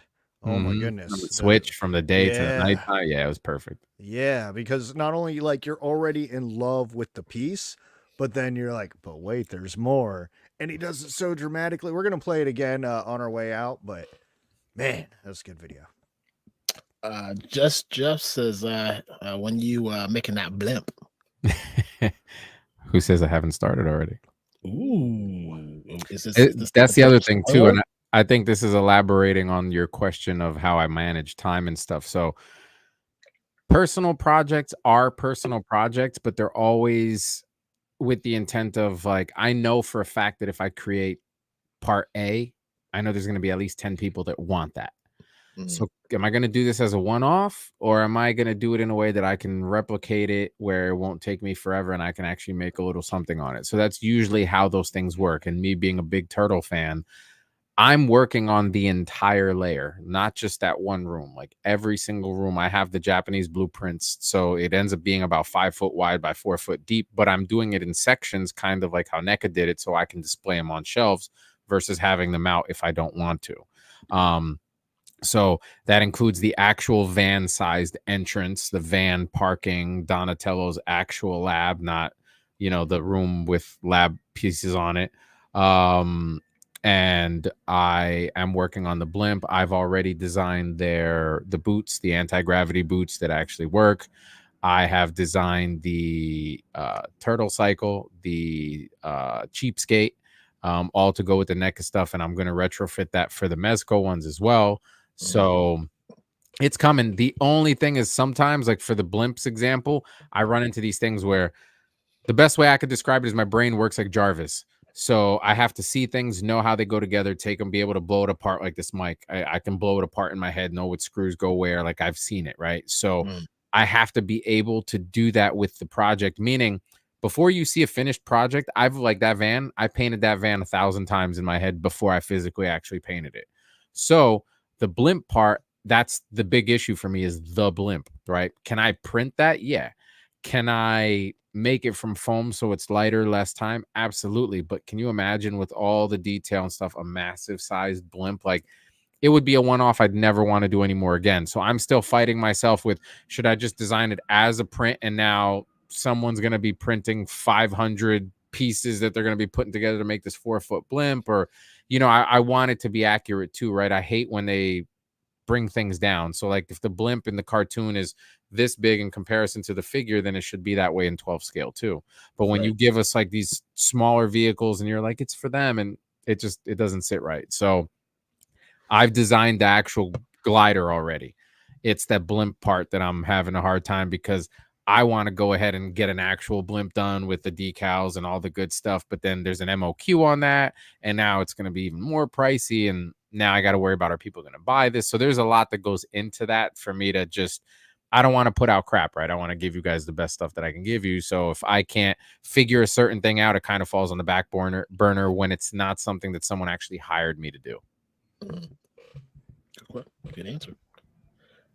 Just Jeff also follows up with your Street Fighter background speaks for the quality of work you do. If people doubt the price, then they're blind and possibly providing the Jeff, we can't go. We can't. It's so uncomfortable in that short bus, dude. Have you ever rode in one of those things? It's like a kidney buster. So bad. I have not. It's like driving a CJ Jeep. It's terrible. Jesus Lord, just Jeff, I swear. No, and honestly, it's guys like Jeff that you know that keep it going, because there are times where I've experienced, not in this community but in other communities, because I've been in the Hot Wheels hobby, I've been in the Funko, like I've been everywhere. So you know, like it gets rough, right? And especially when two people are having a bad day and now their friends are chiming in and they're like, yeah, your stuff is overpriced, but you're paying thousands of dollars for a mass-produced item. So am I crazy? Or, you know, and then when you ask somebody, well, what's your time worth, right? Then they get all offended. Wow, you can't compare my job to your job. You're right, because you went and learned how to ring somebody up at a register, and I'm doing something that maybe 100 people can do, you know? I mean, anybody can cut a piece of foam, anybody can glue a piece of foam together, put some paint on it, but is it actually going to be something, right? And contrary to popular belief, because I've heard this, you know, on Facebook and on all social medias and stuff, it's like, oh, you know, I wish I had your talent. And I'm absolutely 100% have talent, right? And I think everybody does. I think the problem is most people don't know how to access it, or never actually do, or figure out what they're actually good at. But hard work beats talent 10 times over, 100%. And if you have a little bit of both, then it's dangerous, right? So it's literally just finding what you're good at and honing into it, right? And for me, I do customs. I've done paint masters for companies. I do sculpting. I do printing. I do everything, but there's not enough time in the day for me to do all of it, right, in a way that I can sustain it, right? I can't paint 30 customs this month and do 12 dials. It just doesn't work. So I have to kind of pick and choose those battles, but ultimately I have to sit there and think, well, there's 1,000 people painting heads and painting customs and whatever, but there's not that many people that are doing dials. So maybe I should just kind of focus on that realm of things and kind of really just put everything into that. And hey, by the way, I can make you this cool dial, and I can customize your figure, and I can upholster this, and I can sculpt this. So as a package deal, it works out great, but I can't really sustain. So I have to pick which one I rather do, or which one I have that love for and that passion, you know? Right. Oh yeah. Mike on the Python says, I can't wait to get my hands on that Street Fighter Dio. I actually have your website up on tab. We'll pull it up later to kind of see some of those on there. You're going to want to pull it up later. You also might want to tell your fans that, you know, there's a window that literally opened 29 minutes ago, and they're available for the last pre-order that's going to close in 48 hours. And if they use the coupon code helladopetoys, all one word, get $25 off. Oh, look at that little okay. Well, aware of that, so I may have to. It says sold out, but if you click on it, you should be able to add it in the cart as a pre-order. And if not, I'll take care of that. But yep, see, add to cart. Add to cart. Bam. There it is. Oh my goodness, that is something right there. Surprise, we were not expecting that. I would no. That's that. And those will ship out at the end of the month. This second batch, basically. So you heard it right here, folks. Hella Dope Toys, all one word. Get $25 off that order. So if you're looking, go get it. I might have to do it. I need that. We're gonna come back to this here in a little bit. Yeah, man, that is incredible, guys. Go. I won't be mad if y'all leave the show for just a second. You know, you can still listen to us in the background. Get on that screen. Get over there. And the link is scrolling down in the bottom. Here, I'll put it in the chat. Yeah. Also, like I realized when I was scrolling that there was a hyphen. I put it in Duarte Studios. I'm like, this doesn't look like I could have bought that, but then they were like, yeah, give us 10 grand, and I'm like, little dash right there. Yeah. Yeah, Dash. This like what a third, a quarter. It kind of works, right? Because look, you got the name right, and here's the dash right here. It's just extra long. Exactly. Smart. It's That's smart. my It's good argument. marketing. Good You like marketing. that, right? All right. So while you guys are checking out that, I hope you didn't leave, but No, they're coming back. right. Just Jump says, Duarte, have you ever done a modification on a third-party TMNT wagon that came out? I actually have, and I've actually made the NECA one, the Super 7 one, and the third party one that was the Arsenal, I believe it was. I've done all three of those in RC. Like I've converted them to fully functional remote control cars for customers. Damn. Yeah. All right. Now Ninja's about to bust your balls here, okay? He says, wow, no country. That hurts. Tennessee Whiskey is his jam. I mean, that is a good song. I mean, listen, there's certain songs that I'll listen to that I've heard that I don't know the name or who sings them, and I'm like, oh, that's catchy, and I know it's country, right? But that's about as far as it goes for me. So I might have even heard that song. I might like it, but so you're talking like. So let me ask this. We'll come back to the music conversations later because I said we can talk about this all day. Is it you're not are you not a fan of like the modern day country music or like not country music in general? no, like, I like a lot of the old stuff, like I mean, like Garth Brooks and all that. I don't know. It's kind of like it's ice cream, right? And I love ice cream, but I got my flavors that I prefer. And if those flavors are always available, I'm always going to go to those. So like if I'm not saying that if country music played that it'd be the end of the world or I'd want to like gouge my ears and stuff. But it's not my go-to, right? It's not my go-to, but like, you know, I grew up with my father putting, the devil went down to Georgia and I know all the words to that song. So like, you know what I'm saying? It's just not my cup of tea. Gotcha. That I pick, right? That I would go to right away. But I'm not against it. It's just not my top 5, That fiddle hits though. It does. It definitely does. All right. We got a Yo Jerk saying yo all. What's going on, man? Hope good seeing you. And then over on my Twitch channel, which if you didn't know, I do the Twitch thing. The C7V2. Thank you very much, man. Howdy, how are you doing? Hope you're still there. I think I still up there. Good to see you. Man, Jeff got all the stuff today. He says, so if we were foam, the blimp wouldn't be segments aligned per height of blimp, maybe possible. If it were foam, it would basically be the overall structure of it being foam, kind of like my Mezco monster, where it would basically be foam, but then I would actually wrap it in some sort of fabric or not plaster, but my own little concoction of paintable silicone type of thing, because this way it still gives that flex to it, because the plaster is great and I do use it, but more on like rocky surfaces like that black mountain right there. That's wrapped with plaster of Paris, but then it also still gets that silicone type of layer that I put on it because I want to preserve all that, and in case you're moving it, you don't want things to crack and stuff like that. So it would still be kind of heavy, but there wouldn't be any like layer lines that you would see, or like glued sandwich type of thing. So riddle me this here, Batman. For a person that doesn't understand like the concept of 3D printings and my English all this stuff, your English is very good. If you were to create said, say this blimp, and I would say someone purchase, how, like, I'm assuming you can take it apart and be able to put it back together. Yeah, so I would definitely make it where it would have to come apart for shipping purposes, right? Because I don't want to ship somebody a pallet for $200, but I have, like, right now I'm working on a 16-foot by 4-foot G.I. Joe dial. And it's for a customer. It's not a company. This is just regular customer. And he's like, I got a big like warehouse space. I love the Cobra Command Center, and I love the Cobra Castle, the Terror Dome and a castle. And he's like, I want those on each end, and I want like a forest in the middle. So, and then he says he's got 10 HISS tanks, and I'm like, well, you're gonna need a lot more than 8 feet, pal.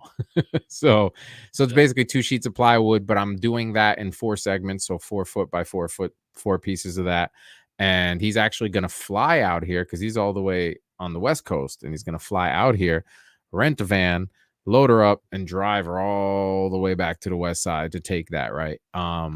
But I have shipped stuff to people before where I've had to palletize it or I've had to actually build a crate for it. So it all just really depends, because some stuff you want it to be seamless. You don't want to see lines or connection lines. And so I try to, when I do dials like that, I try to make it where if the seam is going to be shown, it makes sense, where it's like a building corner or maybe a piece where a rock or a boulder will cover that line. So I try to make everything as seamless as possible because of that photography in mind, but also the customer's first impression, right? When they walk up, you want them to be wowed, you don't want them to go, why can I still see pink? Or why is, this held up with duct tape and dreams and, you know what I mean? And some glue. So, I try to think about all that stuff.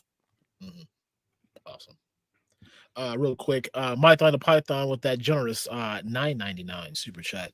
Says, I gotta bounce. Something's come up at work. I'll catch the rest on replay, but have a great night, hella dope. And members of the chat, Articulated Ninja and Duarte, keep up the amazing work. Thank you, brother. Will do. Mython, thank you so much for that generous $9.99. Hell yeah, thanks for hanging out, dude. Yeah, we'll probably still be on when you come back. That's what we do. And I don't have to work tomorrow, so holiday. Hell yeah. I don't have to. Jason Evangelista. You're never late to the party, pal. We're just getting warmed up. The night is young. That's right. Grab your bottle of Coke and drink you a line. I mean,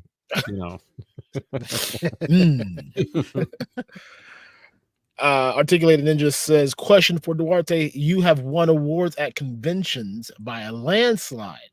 What was that feeling like? I feel like this is we need to dive deep into this conversation.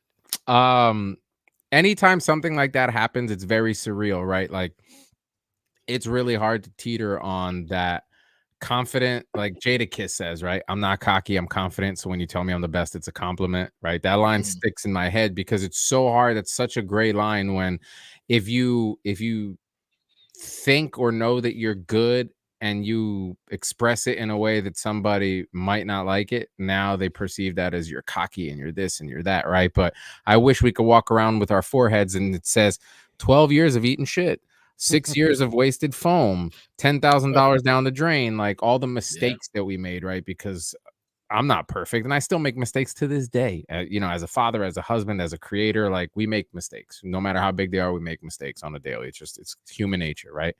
But when that stuff happens, it's like it's a very surreal thing for me, right? Because I of course, like any other artist, you want the acknowledgement, right? If you've done I don't want to just be told when I did a bad job or get yelled at. I want to, if you love me, tell me you love me, right? If you like my stuff, tell me you like it, and I try my best every time somebody says, hey, your stuff is good. I try my best to respond to every comment, right? Because I don't want somebody to feel like, oh, I just gave this man his flowers and he's not even like liking my comment or, and unfortunately, I don't have time to be on social media 24/7. So I might not like your comment the minute you post it, right? But I try my best to respond and say thank you. And, being humble is a great thing. And it's definitely something that you're trained in the world to do, right? Because if you're not a humble person, then you're perceived in all these bad things and whatever. And it's really hard because even when you are being true to yourself and truly humble and somebody says, hey man, you're a magician, your stuff is good, and I'm like, dude, thank you so much, I really appreciate it.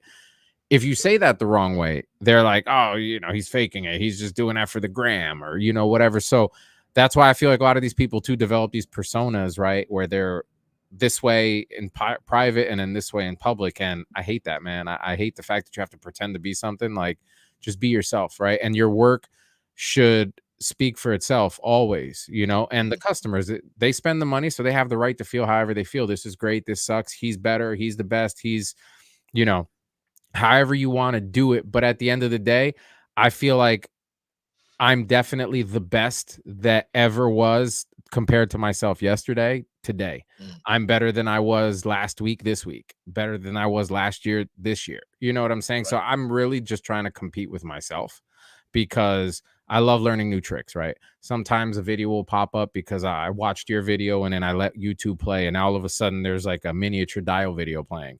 And I'm like, I didn't try that technique. That's pretty fucking dope. Let me try this, right? And now I'm like, ooh, I just learned a new trick. How can I implement this into 12 scale, right? Because some techniques don't cross over. People that paint miniatures, they're good but it's also like a cheat code, right? Because you don't have to blend. You kind of just 3 colors, a highlight, and it looks fantastic. And not taken away or not saying that they couldn't do the bigger stuff, but it's a whole different animal, right? Just because you can play pool doesn't mean you can play soccer, you know? So it's very surreal, right? Like sometimes I overthink myself because I'm so critical with my own work that what I perceive as a flaw, people go, "Oh, I thought you meant to do that." And I'm like, "No, it actually fell off the truck and I had to glue it and this and that." And they're like, "I thought that was a crack on the pavement." So I get in my head so much. The best way I could describe it is like being in school. I don't know if you guys ever felt this way, but me, I knew I passed. I definitely wasn't like a straight A student, but I knew that I passed. But every time that report card time comes, it was like, but what if I didn't?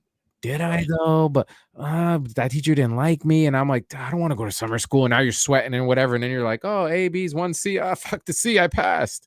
Right. So Mine was how do I hide this from my mom so I see what it looks like? right, exactly. So when they're like, oh, you won, and I'm like, really? I beat like those 5 over there. Like those are actually pretty good, and and then there's times where you go to shows, and I've been to shows before where I'm like, heavy heat's coming.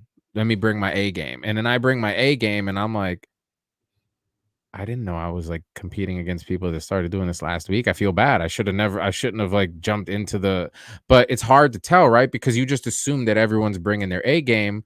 But again, my A game today is better than my A game from yesterday. So if you're not making yourself better and you're remaining stagnant, then you're just going to be where you're at. And some people, they don't care.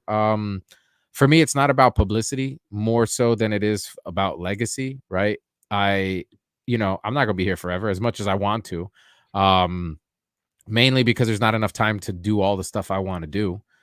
But when I'm gone, right, I want my daughter to be proud and be like, yo, my dad did this, like he was doing this, and you know what I mean? He pioneered this, or he was the best at this, like that's really what it is for me. Like I'm not trying to impress nobody other than my kid. Maybe my wife, Right. my homies, the ones that are there that have been there since day one, they're always going to be there. And they know what sometimes I feel like they know that I'm more capable than I know about myself. Right. So winning stuff is definitely a fantastic feeling. Like I made the cover of a magazine for the RC industry back in 2016, 4-page spread. And that was like, I have it up on my wall as a reminder, right? Because I'm like, oh, I kind of made it, but now it's like I have 100,000 subscribers. Now I need 1 million. So it's that competitiveness, right? As men, we compete all our lives from day one. We compete for the grades, we compete for the girl, for the job, for what life is a competition as a man at the end of the day. So find somebody to compete against, yourself being the main one, because you have control of that situation and everybody else's opinions really don't matter at that point. Now you mentioned you say being on the cover of a magazine. Is there what other awards were given to you in this I've had best of show multiple times, best custom for figures, like customizing and stuff like that. Because I go a little like how you saw with Splinter. I don't just do pop and swaps. Like I'll sculpt, I'll carve, I'll go crazy. And it's mainly just been like best of shows for the Dio stuff. Really, the customs one a handful of times just because the option was there and I put my figures out. But Dio wise, whenever there's a competition for that, for me, it's more so just for the accolades, right? Because like I mentioned before, you need to be able to show. You can't just say I'm the greatest fighter in the world and you got no fight record. But if you're like I'm the greatest fighter in the world and I'm 27-0.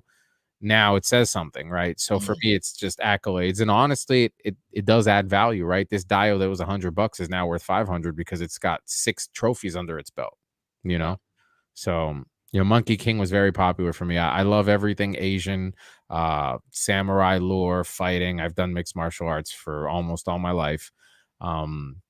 Weapons, nunchuck specialist, which is one of the reasons I love Mikey.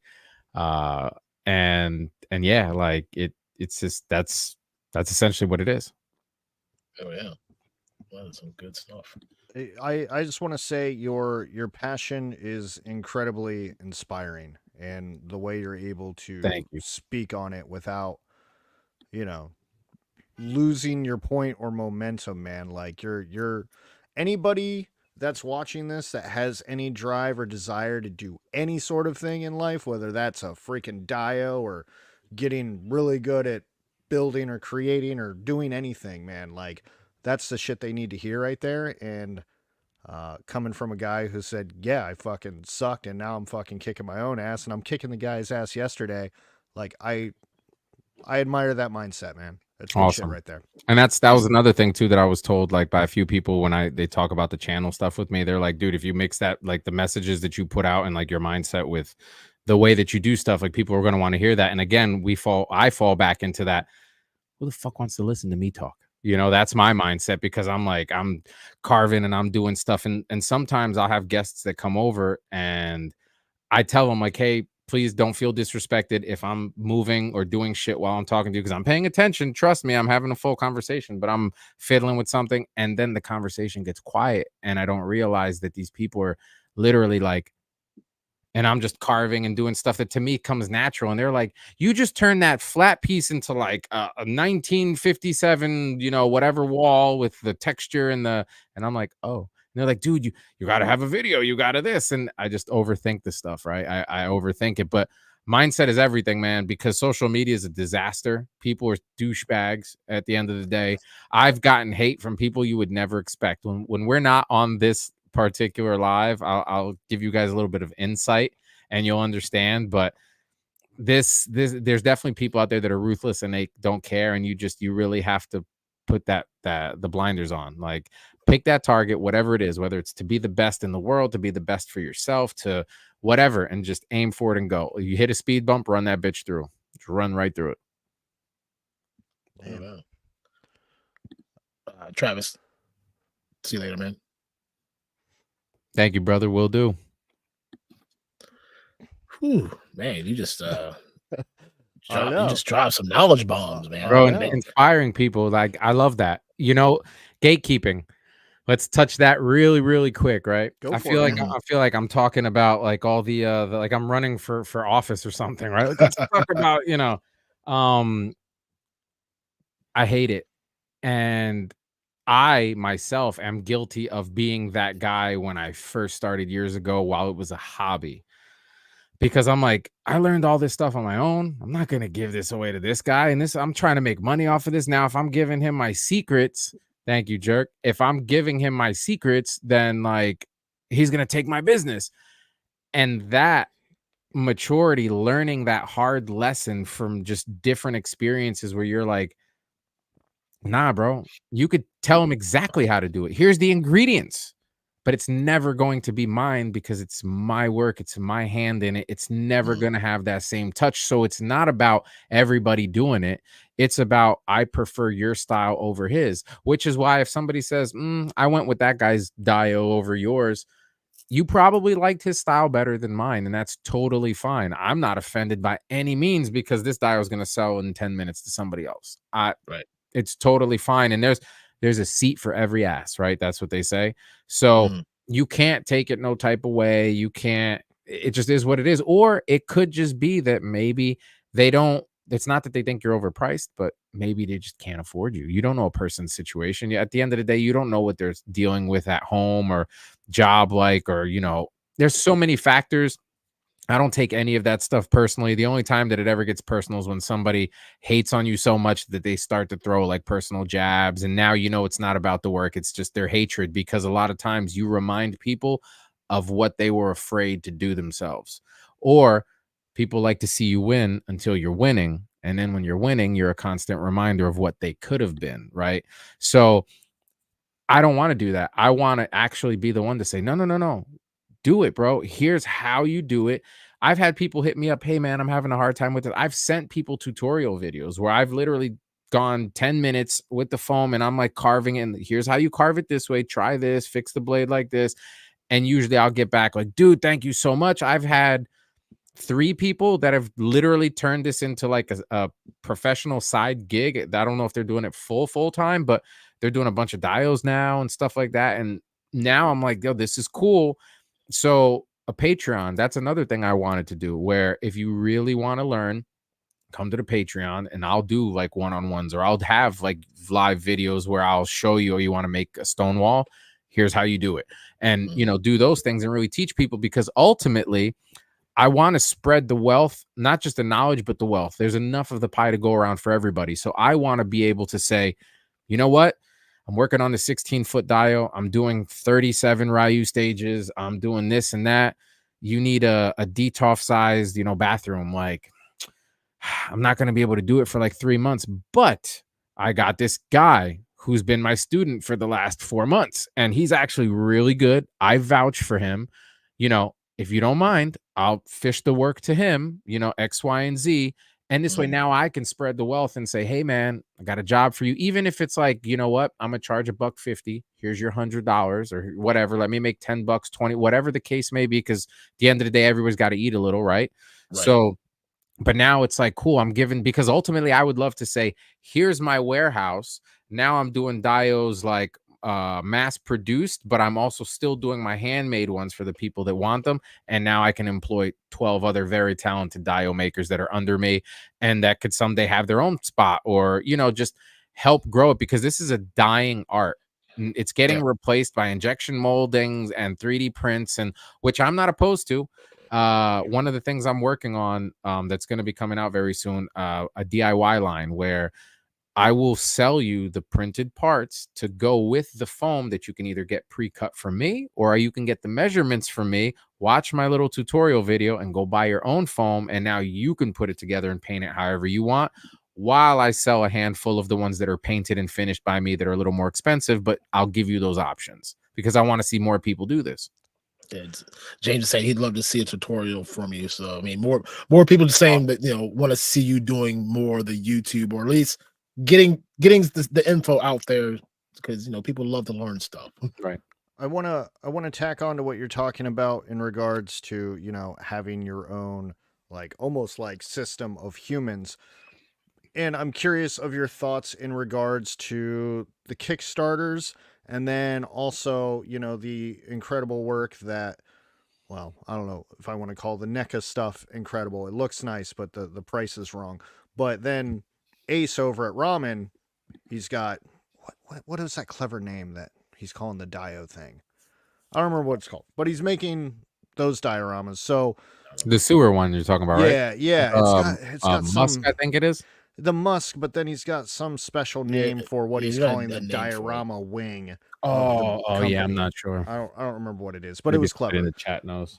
So, with the success of High School Creations, right? He had that Wall XD. I think somebody else had a successful Kickstarter in the dio world, but that's not coming to me right now. Is that something you've ever thought about going down that route, and then maybe making some passive income on the back end of that? And then what do you feel about other companies creating the mass produce, I don't know if they're playsets, dios, whatever they are? So I'm all for the playset dio makers. But I think if you're going to put it out with 3 color tones, like the NECA stuff, which, listen, I love it because of the nostalgia for me, but the price point is definitely not where it needs to be. We all know that you can make it for 10 times less than what you're selling it for. Let's be honest. But we also do know, or some of us know, that Nickelodeon, TMNT, those are valuable IPs. I don't know what the percentage is like that, but to give people an idea, in the RC industry, the highest IP is Jeep, like the Jeep, like a Gladiator, a Rubicon, whatever. To have the Jeep name and that iconic 7 slot grill, you're paying, I believe it's 13%. And that's unheard of. Wow. So TMNT could be a 1%. It could just be a dollar amount. We don't know what it is. So I know that has a big deal on the price, but are they overinflating? Yeah, absolutely. Because let's be honest, recalls, breaks, damages. So if you overprice a little, you can afford, quote unquote, to get rid of some stuff for next to nothing, or for free, or thrown out, or whatever the case may be. So definitely overpriced for what you're getting, paint apps especially.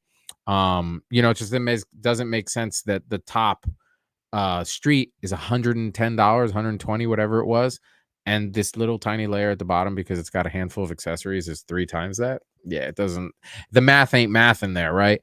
But like what Ace is doing, that's the perfect example of somebody capitalizing on that exact thing. Like, oh, you guys, you've shown us that you're willing to spend 300, but I feel like I can give you more for 300 than this company can, which is great.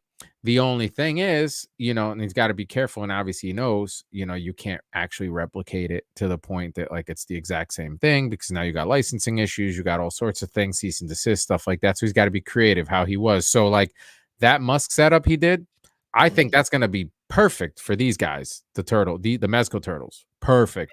But it's too realistic for the NECA cartoon ones, right? Can you repaint it? Do you want to? Is he going to sell an unpainted version for a lot cheaper? There's a few different questions and stuff. I think what he's doing is great.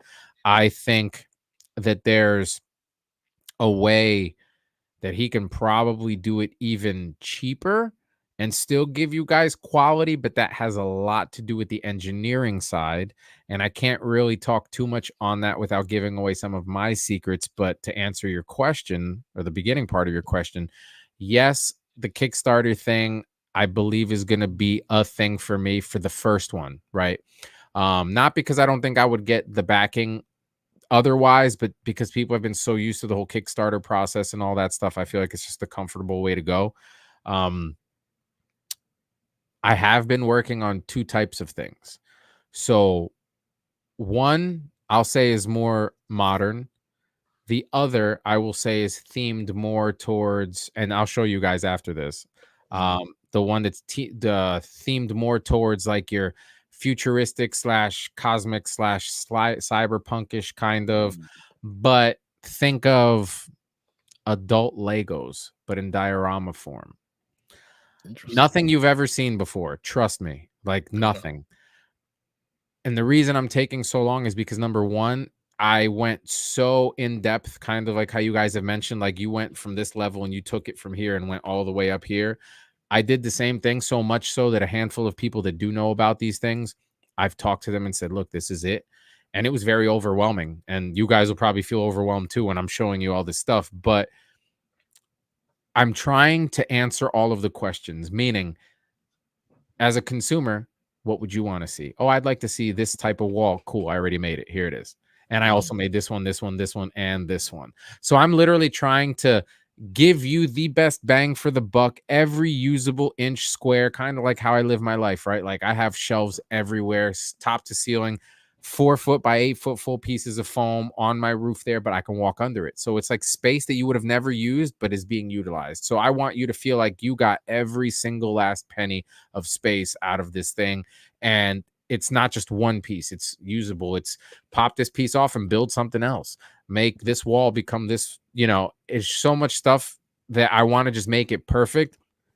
But then the other thing is you're also afraid that people are going to just, like, companies will say, oh man, you just created the greatest thing since sliced bread. What's stopping them from copying my concept and then basically shitting on me?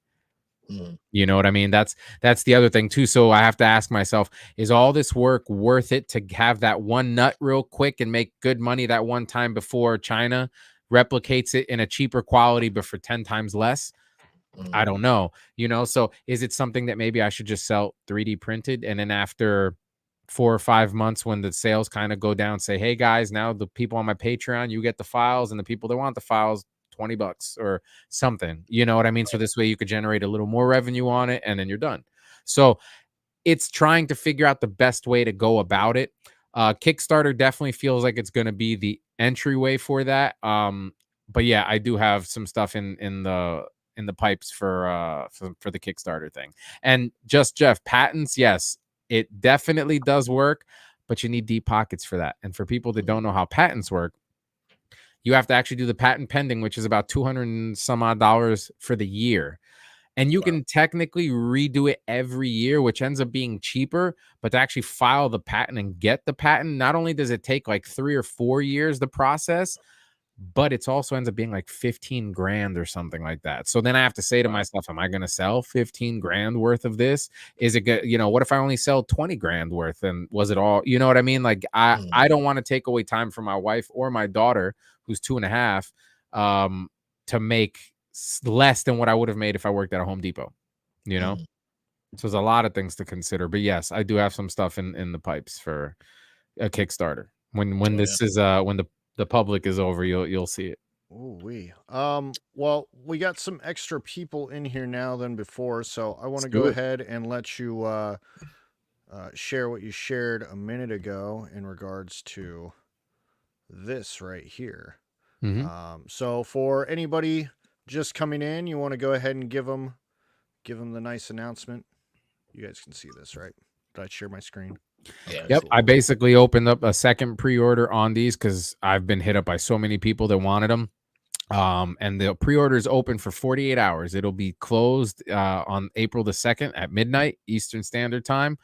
And use coupon code helladopetoys, all one word, for $25 off. And yeah, and I start shipping at the end of the month. Gotta get Incredible. that. Incredible. Like I was going through like some of the stuff like that you have on there, and like even it's like you got the carrier mannequins for the Valorous Mhm. armor packs. I mean He that's uses them too. He loves them things. I would have never thought of something like that to put all of your gear packs on. I mean, you've already you've answered that question. I want to get like I don't want you guys to buy something you feel like you have to keep in a box, like those weapons on the turtle van. Where else would Mhm, you use them for a photo shoot? But then what? You're going to put them in a Ziploc. At Mhm. least yep. this way, they're right there. They're being used, even if it's just eye candy. At least it's still being used. It's better than being in a Ziploc. Yeah, and it also adds, I guess I would say, value to like your setup. Like you got all Oh your yeah. Valorous figures or your GI Joe figures, Mhm. whatever figures really that has extra gear. You got them set up, and you got them posed, and then right there, you got those mannequins set up with all that body gear ready to go. Yep. I like that was like I was scrolling through and looking. I'm like, man, I'm hooked on this right now. And I haven't even had time to upload that site, but I literally have, I don't know, 50 items that I want to put on that site that I literally like. I'm looking right here. Like I have a handful of my bone chariots that I made for Mythic Legions. Right. That'll look So very nice with that Necronolysis when it comes out. yeah. So I have a lot of those things. I got a lot of weapons. This past weekend when we went to ToyCon, I brought out all my handmade weapons and I sold some, but like my posable whip that I make, Mhm. I can't keep these things in stock. So I put that up on the site in a different colors because D Blake that makes the signs, Yeah. Yeah. he was actually the one that was like, "Do you have it in brown?" And I was like, "Well, I can make it in brown, but I've only ever made them in black." And then he's like, "Dude, Indiana Jones." So I went Indiana crazy. I Jones, did yeah. like 3 different browns and then I did a gold one because I was like, "Oh, the lasso of truth. This will work for, Wonder Woman." Yep. So and the whips are, whip them up, no pun intended, and they're pretty popular. So, but it's always just making like what doesn't exist. And that's always my mindset. Like, what can I create to make these better that people would want? That's my Mhm. mindset. So a lot of times I'm watching, I'm trolling on the sites. Like I'm sitting there and I'm like, oh, somebody asked a question. What would you like to see NECA make? And they're like, I'd like to see them make A. And I'm like, I'm gonna make it first. Right. And to be honest, m- the people are the reason for me to do that. And I'll tell you Mhm. why. When I create this, anyone else creating it after better come correct. Right. Because no big company wants to be like, all these customers are like, oh, that little guy Duarte, he makes great whips, and they say our shit sucks. So if anything, I'm doing a justice to the community because now I'm forcing these companies to produce the same or better quality, which is good for all of us, right? Because it's what we want. We don't want crap. So We work hard for our money. so you brought up earlier, and for those that are just popping in and watch the replay, we were looking at the Mezco Turtles. Specifically, you had Michelangelo. Mhm. Your gripe was about the belt. Yep. Is that something that you might have a little something that you're working on personally to fix that problem? I am. I also am capable because I've done the in-house soft goods like with that stitched leather lace because I actually Mhm. have it in 3 mil and 5 millimeter thick, and I plan to do a little correction on Leonardo because they did the two swords this way, but they Yeah. should be this way, like Right. an X. So I plan to remake his harness and make that, a handful of those available. That's the other thing too. I have these itches, right? Like today I want to paint mountains. Tomorrow I want to do a GI Joe dio. The next day. So that's why I take, and this is elaborating more on Ted's question from before. I'll take multiple jobs of different genres of stuff because today I want soup, tomorrow I want salad, right? Mhm. So I'm not in the mood today to work on G.I. Joe stuff. So now I'm going to go to the Ryu stuff, and then I'll go to the Turtle stuff. So I'll jump back and forth from the stuff. So I get to scratch all those itches that I want to do things for while putting out the best possible work that I can, versus saying, I'm stuck until I finish this, and then I can move on. And the whole time I'm drinking Coke thinking about water, Well, so yeah, I like that creates more like creative juices. Like yeah, while you're bouncing around through all these different projects, you're like, oh, I like to do this, or absolutely. like I thought about wanting to do this over here, but then I could combine this idea to this idea. So yeah, that totally makes sense. Yeah. Love it. So I want to ask a businessy question, and then we'll Mm. hit up with the chat and kind of see where we are.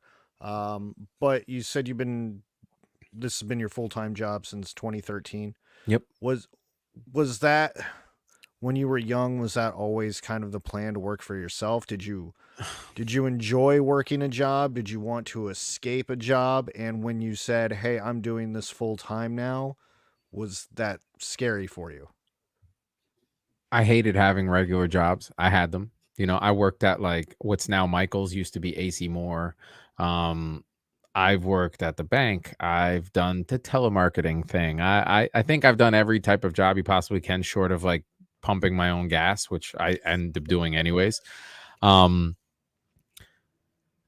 I hate it because it's true what people say. When you have a job, most of the times the people that are in charge of you shouldn't be there, and you feel jaded, right? Where you're like, I'm being abused for $7. Minimum wage at the time was $6, $6.50 for me.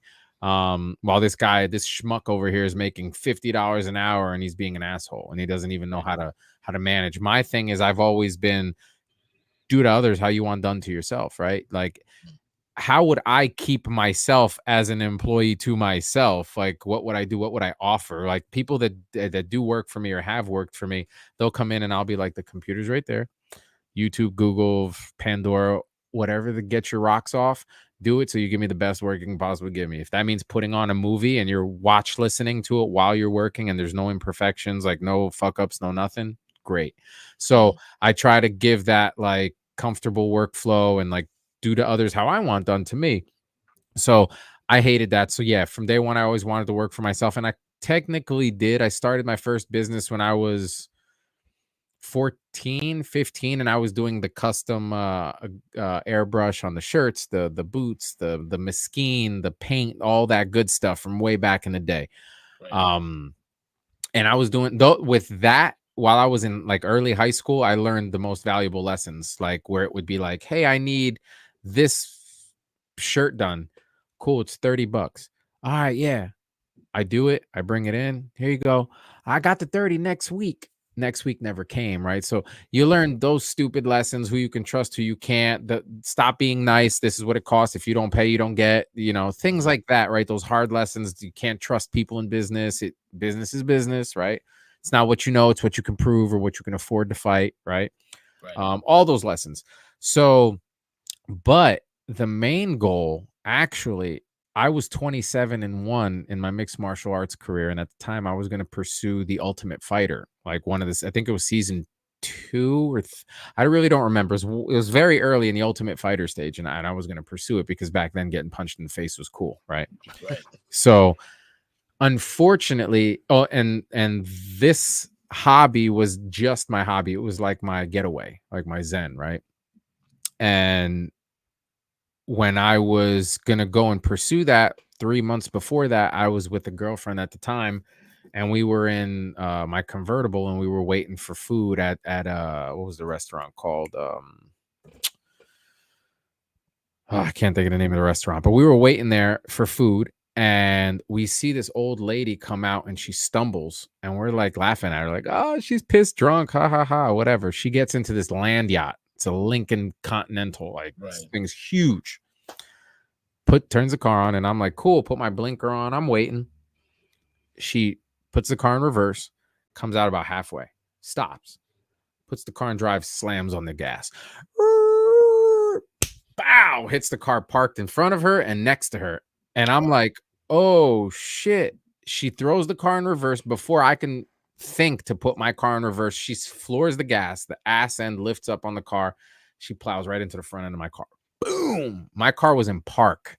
She pushed that shit back 150 feet, bounced off of my car, hit 6 other parked cars, and missed everybody at the entrance. She would have killed everybody at the outside of that restaurant. Cheesecake Factory. That's what it was. Okay. I was pissed at the time, adrenaline flowing the whole 9. Then I get to the hospital, the MRIs, CAT scans, all this other shit. And then I find out I have 3 slip discs in my back because of that accident. So the doctor's like, you can still fight, but if you get hit in the button, you're done. Lights out. And at the time, I'm like, I need my hands, I need my feet. I can't. The idea of not being able to walk, like it just crippled me, right? Like, no pun intended. But so I was pissed. Like, career was over. I didn't want to talk to nobody. I didn't want to, like, I was angry. Like, I was looking for reasons to fight people, like bad, like movie type bad. And the only thing that can calm me down was this. So it became my full-time thing, because before that, I was doing what I'm doing here now, but on the real scale, customizing cars, bikes, trucks. I've built my own show cars. I have trophies from that. Best of shows with, I still own my 1988 fully built K20 right-hand drive CRX. Still have it. My 2006 CBR 600, that's now more like 1,000 because I've done a ton of work, stretched rear, the whole 9. I've been in that industry, but that's even worse. 99% of people have that caviar taste and Pizza Hut money, right? They don't want to spend money to do stuff. So with the toy industry, you don't have to, and you don't need it. You want it. So it's a little easier to sell you on something than to say, dude, you need to fix this before you spend $5,000 on a transmission. And you'll end up blowing the trans on your car because you're like, I had to get that NECA van.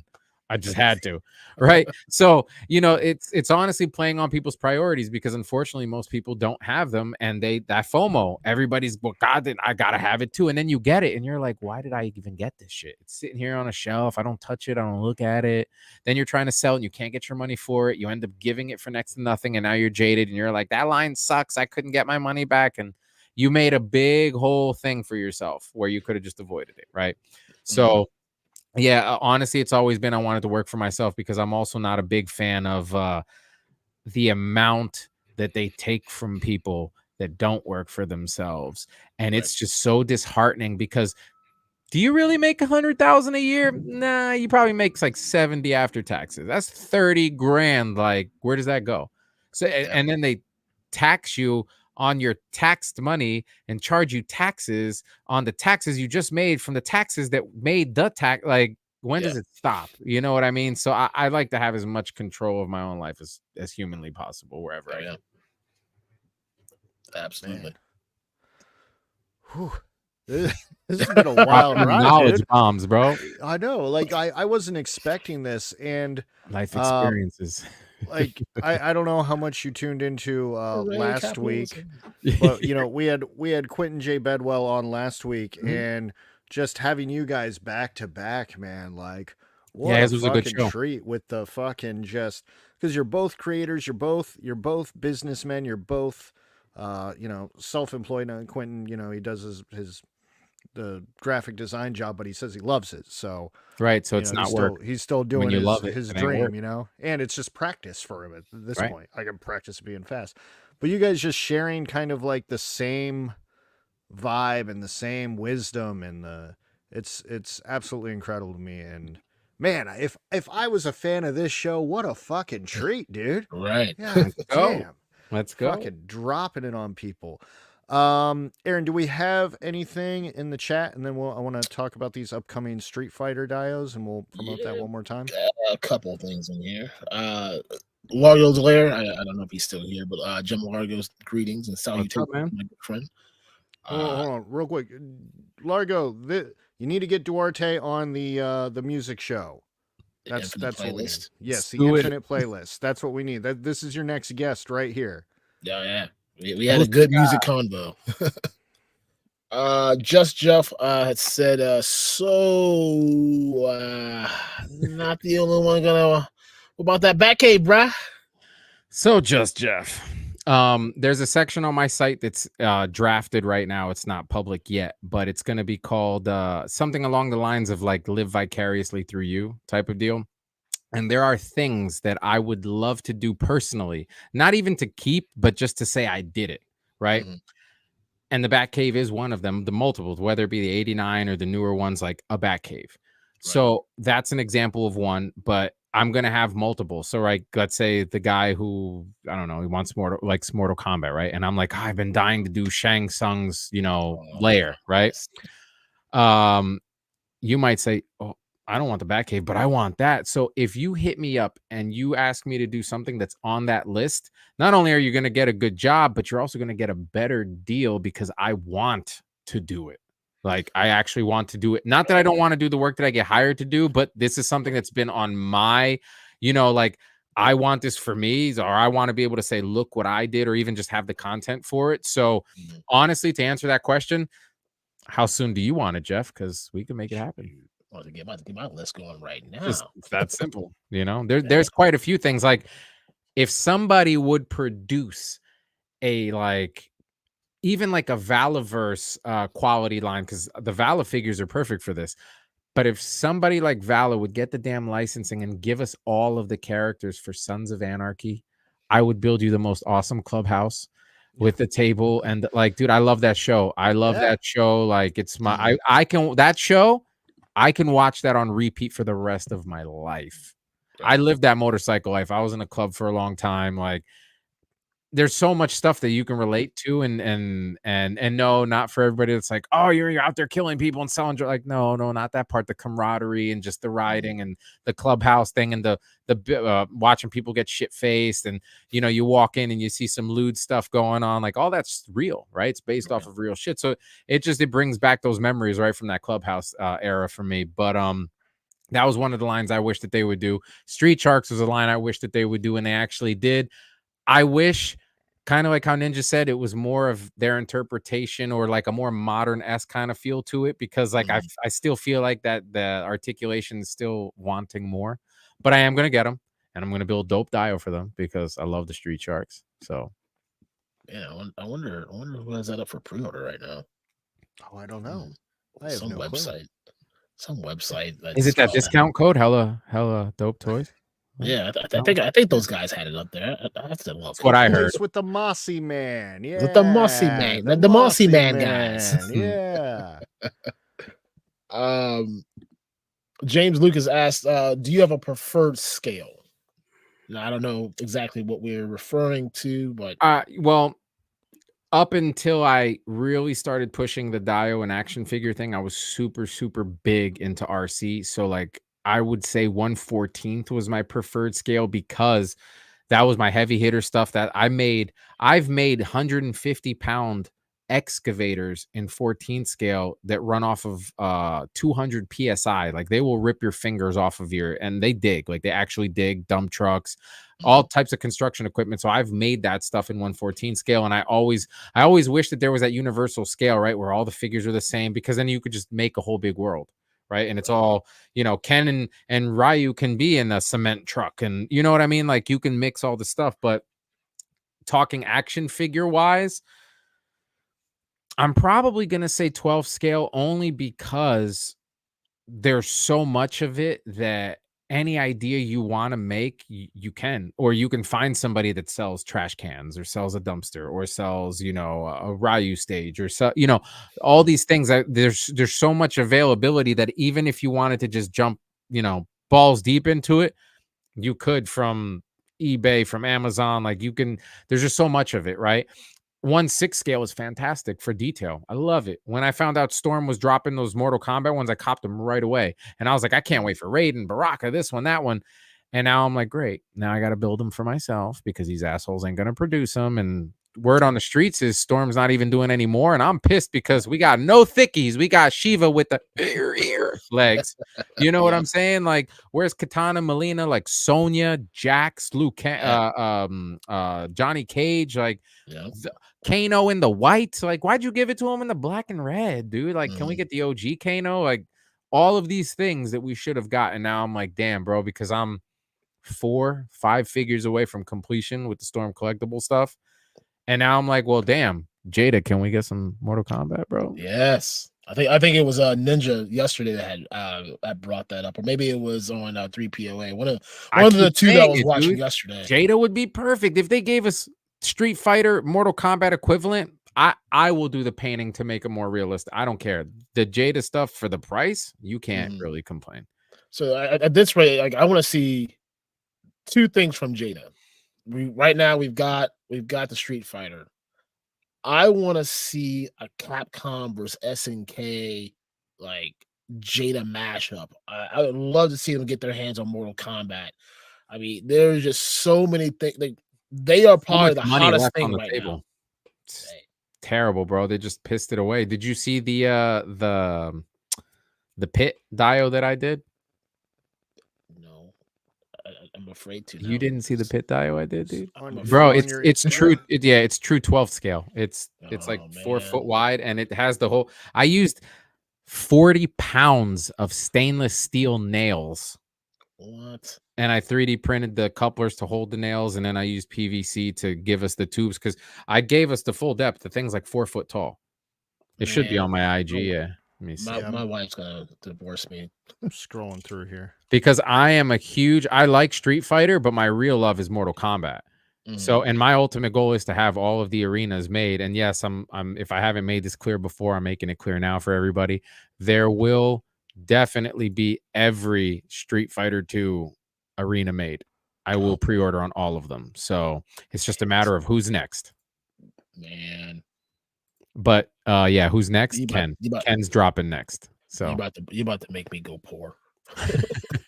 I'll try to do it like every other month or every 2 or 3 months. Well, it depends on Jada too, right? Because the faster they drop their stuff, then I got to drop it too.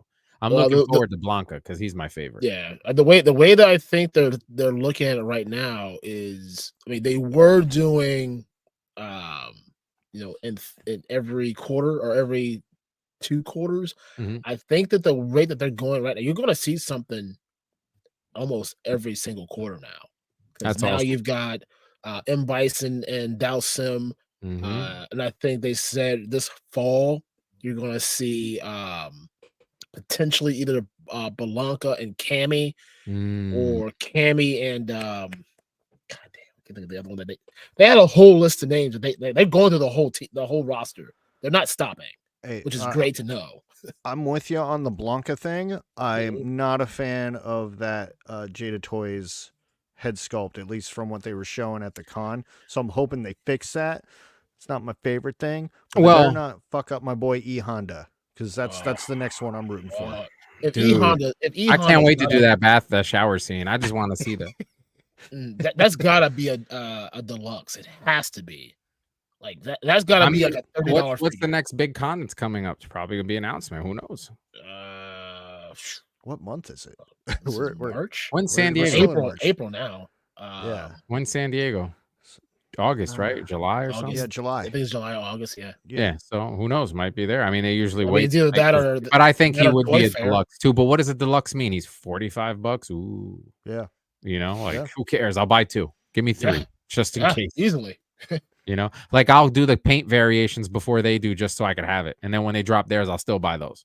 Right. You know, so I think they're doing a fantastic. And I love that we're not guessing anymore, right? Storm is like, are they gonna drop this Mortal? Are we ever gonna get Cabal? They showed it to us. Are we gonna get them?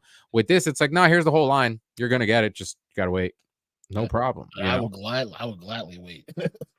All day, man. I buy 2 or 3 just because, just to have it, you know, because it might break. Or I play with them so much that, you know, you end up wearing the paint out or wearing this thing out. Now you got to get a new one. You know, his white gi is now gray from me messing with my dirty little, you know, fingers of sausage fingers. So did you see? Was it? I can't think of the name of the store that had it. They had it was like Paul Smart. Yeah, I got him right away. That was a very cool. And see that you got to start somewhere, right? Like how you guys started, then hopefully you guys will get to the point where you can have that MOQ, and now you guys got an exclusive that you're dropping, right? And maybe you can be the next big bad toy store. Like that's the ultimate goal, I would assume, right?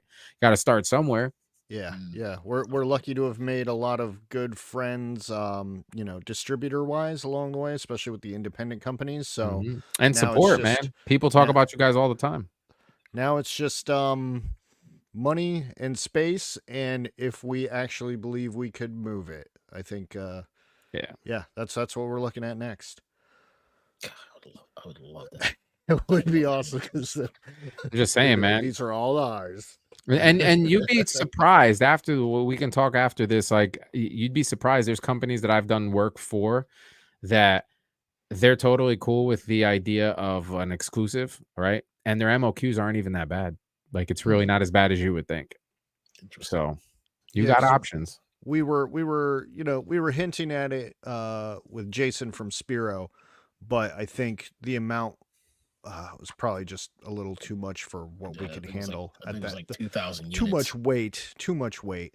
Gotcha. And Bobby's always one that we would want to hit up too, but again, we don't buy enough from him to even probably really be on his radar forever. I got you. Anything like that, he'd probably go to Nerdzoic first before. Well, but at the end of the day, that I see, there's two type of people, right? There's the people that can take that information and be bitter, be jaded, be like, oh, fuck that guy. Like, I know what I'm capable of. Why doesn't he trust me or listen to me or whatever? Or be the guy that uses that as fuel and says, I'll make you regret saying no to me now. And not because you're going to be a dick or you're going to be like, fuck that guy, I'm not selling this shit. No, but he's going to look back and be like, man, I should have bet on you, a year ago, 6 months ago, whatever the case may be. And that's going to make you feel good because it's retribution at the end of the day, right? And you still get your way. You just have to work for it. But most people don't want to work. That's the problem. Yeah. You can give a guy a job laying down and he will get up and quit. That is for sure. Just saying, man. If we ever get an exclusive, though, we got to slip in a little bit of that Helladope purple and yellow in there. There you go. We gotta really. I don't want to just be like the Laker colors, huh? Yeah, this is just some figure I was going to sell anyway. I don't know anything about that, so yeah. He is not a sports guy at all. No, not a sports guy, so it didn't affect me at all. Listen, nowadays you're not really missing much. Yeah, that's what I hear. Just saying, I'm saving money. No sport. No sport is what it used to be. I feel like every single sport has been pussified, like beyond repair. Like basketball, football, like it's not the same anymore, man. It's not. And everybody gets injured over the dumbest shit, especially in basketball. Like, my fingernail broke. The hair on my arm has gone a different direction. Yeah. My beard's not on fleek today, so I can't do this 3-point jumper. Like, I gotta be out for 6 months to get my beard right.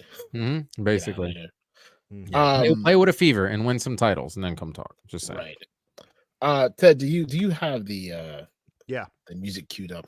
Yeah, now, I'm ready. Normally we do this 2 hours ago, but our esteemed guest was a little late to the show. This was like almost 30 minutes ago, so hopefully he's still here.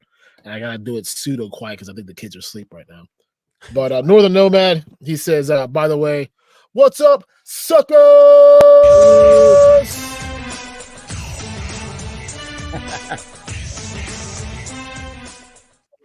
I had it on repeat. I had to very quickly turn it off repeat. Cool. I could get off that screen now. I've been looking at that screen for like 10 minutes. You're good.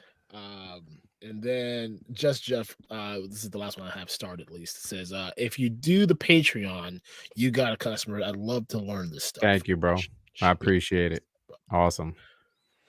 Now I just got to figure out how to construct it in the layers and the levels that make sense. And people, again, I'm more worried about everybody getting the best bang for their buck. I don't want them to be like, I'm just giving this guy $5 or 10 or 50 or whatever the rate is. I want them to get that money's worth, And that's why we haven't done like a membership. Like, one, because we would rather you buy from the store. That is any membership worthiness to us. Absolutely. And then like at the end of the day, even if we did a membership, like what could we really offer you? Right. Because like I said, I mean, the show itself, we're open book. We'll tell you whatever you want. We don't give a damn. Well, within reason, we'll tell you anything you want. Right. Yeah. So like, I don't know what member only streams. Like we thought about stuff like, hey, like maybe like member discount codes and like stuff like that to like really attune to those people. But like, I don't know. I It's find that something we're once still you bouncing around. I find that once you already have a platform, it's kind of easier because you can just field that question, right? What if we did a members only chat? What would we talk about? What would you guys want to hear? And if they're like, "Oh, we'd like to hear you talk about music and this and that and stuff that you want to do," then makes sense. But if they're just like, "Oh, we want coupon codes and we want this," then it's like, "Cool, go to the website, sign up, subscribe and, you know." Yep. I mean, Yep. you get that right now if you sign up. Right. Yeah. So, and it's just it's being consistent and repetitive, right? Like sign up and get this, sign up and get that. You'll get the early bird emails. You'll be the first one to get this available before everybody else does. That's something I like to do, right? When they subscribe, I go, cool. My subscribers are going to know 24 hours in advance about this than everybody else will. And they'll get access to it before this person will, and so forth and so on. I'm also working on an add-on so you get points, right? So now your spending is turning into a value, right? Even if it's like, cool, I spent 500, I got $50 back. It's still $50. You know what I mean? It's a That's loyalty something else. thing. That's something else I'm looking into because that's a huge piece to like really any online or store retailer. Having some type of reward system. The only thing for me is the reason why I'm questioning doing it is like we've got people that's been with us since day one. I don't want to just like start it, but then not say, hey, all you people that's been with us since day one, Right. all those purchases mean nothing. Like, I want to find a way to retroact some of it, maybe not every single transaction. So if I can figure that out, I would definitely probably implement it more sooner than later. But I mean, definitely got some plans in the works for Black Friday this year. Maybe some secret sales that we may come up with this summer. Stay tuned. Join the mailing list. Join us on all the socials. You never know what deals I'll pop out on X or TikTok. So I got one more question for you here, and I'm gonna bring up your website again while we talk. What's up, Drew about G? this. Man, how you doing, man? Drew G. What up? So you mentioned it, and I don't think either people didn't hear it or people don't believe you. So you said that you're going. This is your Ryu backdrop Dio, which is now back open for pre-order.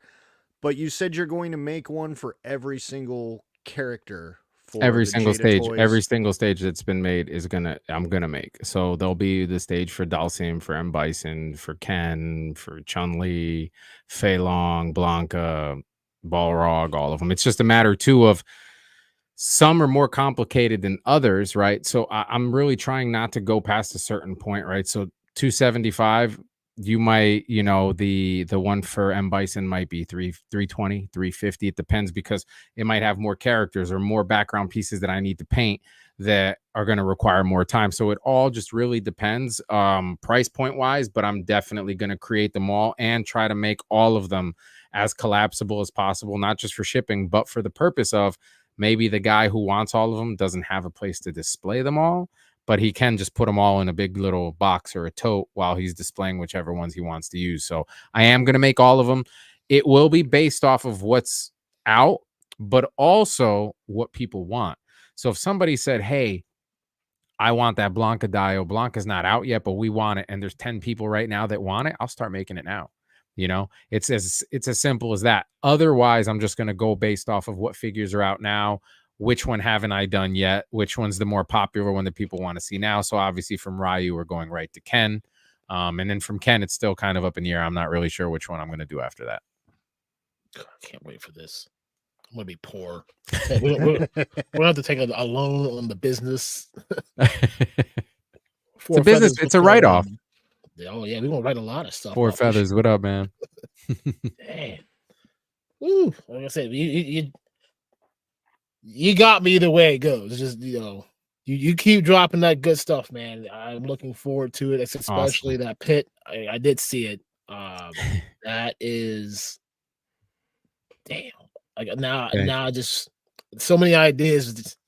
And that's another little lesson too for people is like, I used to be concerned with selling to everybody. Don't buy from me. You got to get it from me. Don't get it from that person. but I can't do everybody's diodes, and I can't do them as fast as I want to do them, and or as fast as you want them. So you're kind of almost forced to go somewhere else if you're impatient, right? So at the end of the day, take your time, do the stuff you're going to do, really put in a lot of love to what it is that you're doing so that you give people the best possible product. And by doing so, you're going to build a loyalty where you're going to find out really quick that with 20 loyal customers, I can make a living and I don't have to worry about selling 50 of anything to 50 other people, because this person's always buying diodes from me. This one's spending money. I have maybe 2 or 3 customers that, for a lack of better explanation, they basically hand me a paycheck every so often and just build a credit. And they'll say, hey, I need this diode done. And I'll go, all right, it's $500. You got $1,000 credit. Cool. You still got $500 left. I'll let you know when we get there. Or it'll be like, hey, this diode's $1,000. You got $800 of credit. You owe me $2 when I'm done. And then within a pay period, it's like, here's the payment and some extra. So it's almost like having me on call, like a lawyer, right? So if you get enough of those people that are loyal with that stuff, now not only does it become hard for other people to get work from you, but you have consistency. It's almost like having that paycheck. And as an entrepreneur, you want as consistent as possible, because that's one thing I envy. People that have other jobs can take vacations and get paid. Every day that I'm off, I'm losing money. And that at the end of the week, you're going to have at least this much unless you do overtime, right? With me, I'm not sure. I might not make no money this week. And then I might have a week where I make more money than I know what to do with. So it's very, very inconsistent. So building that consistency, it's where it's at. And that's why I rather be known for my quality and not for being cheap. Or even if, hey, Duarte's expensive, you're not lying. I'm definitely not the cheapest, but I want to make sure that the work stands up to the quality and to, the amount that I put into it. So I'll talk about this after we're all done. There's something on your website that I think you can add that will help some of those people out that want to really buy, but it helps the pockets a little bit. Right. Maybe you thought about it and just haven't done it, but we can talk about that later. So, okay. I'm down. I'm always down. Awesome. Well, Duarte, what would you like to promote? Open forum, man. What you got? Hit them with everything. Promote, man. Well, you got to promote helladopetoys, right? I got to make my commission, right? Absolutely. No, honestly, man, find your own lane. Whether it's, you're a collector, you're a designer, you're whatever it is, be true to yourself and to your collection. Collect for yourself, collect what you like, not what other people like, because who are you impressing? Unfortunately, when we die, I will not be able to take these diodes or these toys with me. So enjoy them and make sure that the money that you're busting your ass to make is spent on what you want and stuff that you like and brings joy to yourself. Support your friends, the people that do stuff, support them. Like, it's that simple. And you don't have to spend money. If you're broke or you're falling in hard times, pressing the like button, sharing stuff, content, like, it's free. It takes 5 minutes of your time. Support those people, because it looks really bad when you're all for, yeah, I'm a friend and I'm here to help you and to support you, but then you never buy nothing. You don't even do the free stuff like sharing. You don't bring that person up or their company. That's not really supporting, right? At the end of the day, I'm going to buy milk regardless. I rather buy milk from your supermarket than go to some strangers, right? No matter what. So support people, man. And promote wise, like, listen, come check out my work, duartestudios.com, or actually, there's a dash in there. You don't have to use the dash if you don't want to, because I'm now the proud owner of the dioking.com. And it'll take you to the same place. All one word, the dioking.com. And, I got the reuse stages up for 48 hours. After that, there will be no more. They're done. If you see them for sale at a show, they'll probably be marked up 10 times because it'll be somebody selling their personal one. I won't have any more. Ken is coming next. He will probably be up for pre-order sometime in May. So this way it'll give people time to, chill with the pockets and the spending too, because that's the other thing. You don't want to pump out after this show, when I show you guys stuff, you're gonna be like, dude, what the fuck? Why haven't you posted any of this? And I don't want to, because that same guy that wants to buy my stuff can't afford to buy it all if I drop it all. So I want to kind of give him time to recuperate, or her time to recuperate, like myself, because I also need time to recuperate from doing the same painting over and over again. And they're like, how do you get the clouds? And it's mental.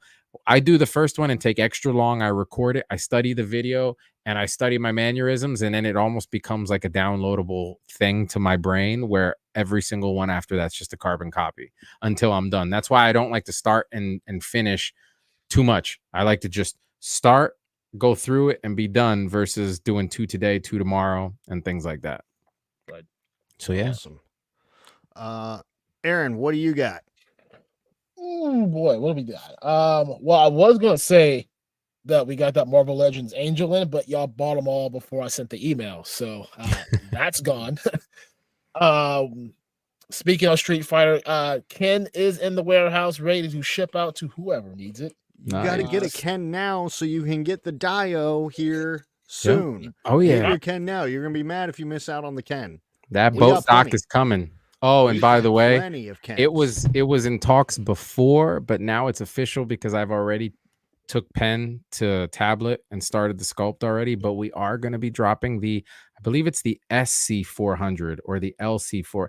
It's the something 400, but it's the Lexus. I'm going to be making the Lexus for Street Fighter with magnetic removable parts with damage. So you don't have to use your Wreckin' Slammobile anymore, guys.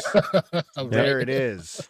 Yep. So it'll be scaled down like in the game, because in the game it's not true to scale to the character, right? It looks a lot smaller. So I'm going to scale it appropriately, but I'll have removable damaged hood, fenders, front bumper. So you'll be able to kind of replicate a lot of those damaging shots and stuff. Damn, that is great news. You heard it right here on helladopetoys. Other than that, we still got wave 3 of Animal Warriors of the Kingdom. We've got tons of wrestling stuff. We have tons of just stuff. So check out the website. Check out the clearance section. We're going to try to update that weekly with new clearance things, because there's new stuff coming and we got to get rid of the old stuff. Other than that, just make sure you guys subscribe and like and share. Like I said, sharing's free, doesn't cost you anything. You see a video, you see a post, just hit that share button. We appreciate anything that comes from it. So. Absolutely. Awesome. And then guys, we're not doing a show next week. Next week is WrestleMania weekend. Aaron and I are not gonna try to do a show and also watch Cody finish the story. That's just not a thing that's going to happen. You're gonna be upset if he doesn't? Probably. Maybe, will you stop watching? No. I stopped, man. I stopped. I was big Attitude Era, Stone Cold. Like once that went, I was like, you lost me. Like this whole corny John Cena bullshit. Just you can't get that with me. I'll tell you. I mean, despite the fact that this whole Bloodline story has really drawn a long story, this is probably the best story that they have given in a very long time. They've milked that shit, bro. Oh man, from what I was reading and all that. Yeah, it's creating cash. It's soap opera long, man. You got to go through a really long Wikipedia to fucking get all that. Yeah, but now WrestleMania is overshadowed anyways, because Vincent Diddy McMahon. I mean, it's in the water clearly. Right. Matthew, wait, you stream on Easter, but not for WrestleMania? Not for WrestleMania. We got to take our day. Technically, WrestleMania would be going on at this time right now anyways, wouldn't it?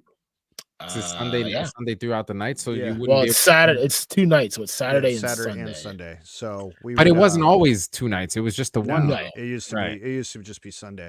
Right. I feel like the 2-night thing. It was Sunday, but it started at like 5 o'clock and it went to midnight. So they broke it up into 2 nights. Oh, back in 2001, where it went like 12 fucking hours. Oh my god, that was a day. Yeah. Yeah. So no show next week, guys, but don't worry, we got you, because on April 14th we're doing double duty. We will be on Yakin' with Yukon at 7 p.m. Eastern, and then we're gonna do our regular show after that at 9 p.m. Eastern. So stay tuned for that, and go buy a freaking Ken, man. You buy a Ken tonight, I guarantee you it's going out tomorrow morning, and then it's probably going to be there by Wednesday or Thursday, depending on how far away you live from me. It's pretty damn quick. Get that fucking Ken, bro. We ordered so many because Ryu, Chun-Li freaking just flew out the door. We got you all. We got enough Kens to supply all of America. He's not selling out. Go get him. Got that many. There you Go get go. him. And we got a lot. We ain't got that many. hey, add a Mega Man in there too while you're there. Okay. There it is. All right. Somebody, hit me up for a Mega Man dial. Just saying. Just saying. Ken says if Stone Cold shows up and him and Rock go at it, the internet would break. Oh man, every stunner that happens on that day, bro, people lose their voice from yelling. That would be fantastic. I don't think you're gonna get that, but if you pay, well, I know you may end up been watching, but they've been hinting at The Rock and Triple H going at it, but Triple H won't go back in the ring. But maybe he brings back someone from The Rock's past, and he's his representative. Isn't Triple H like looped up into this whole bullshit too, though?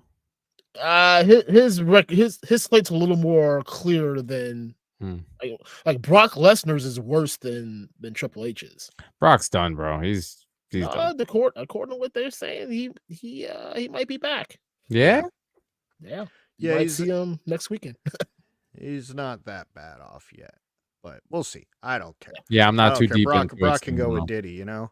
Yeah, He's. I never liked Brock, anyways. Yeah. Hey, but Ken, real quick, I'm gonna send you a message on Instagram. I want to get with you and we'll talk some wrestling on this channel that I'm building. So we'll talk and get some dates and all that things together and just work out a plan. So can we end this show with a sad story? Sure. Yes. 2015, 16, I got hired to build. You guys remember WrestleMania when Shawn Michaels came down the rafter, zip lining? Yeah. I built that exact stadium with the seating, the pads, I mean, I'll put it to you this way: think of the real thing, and I just shrunk it. Right? Actual. I would, but see what happened was.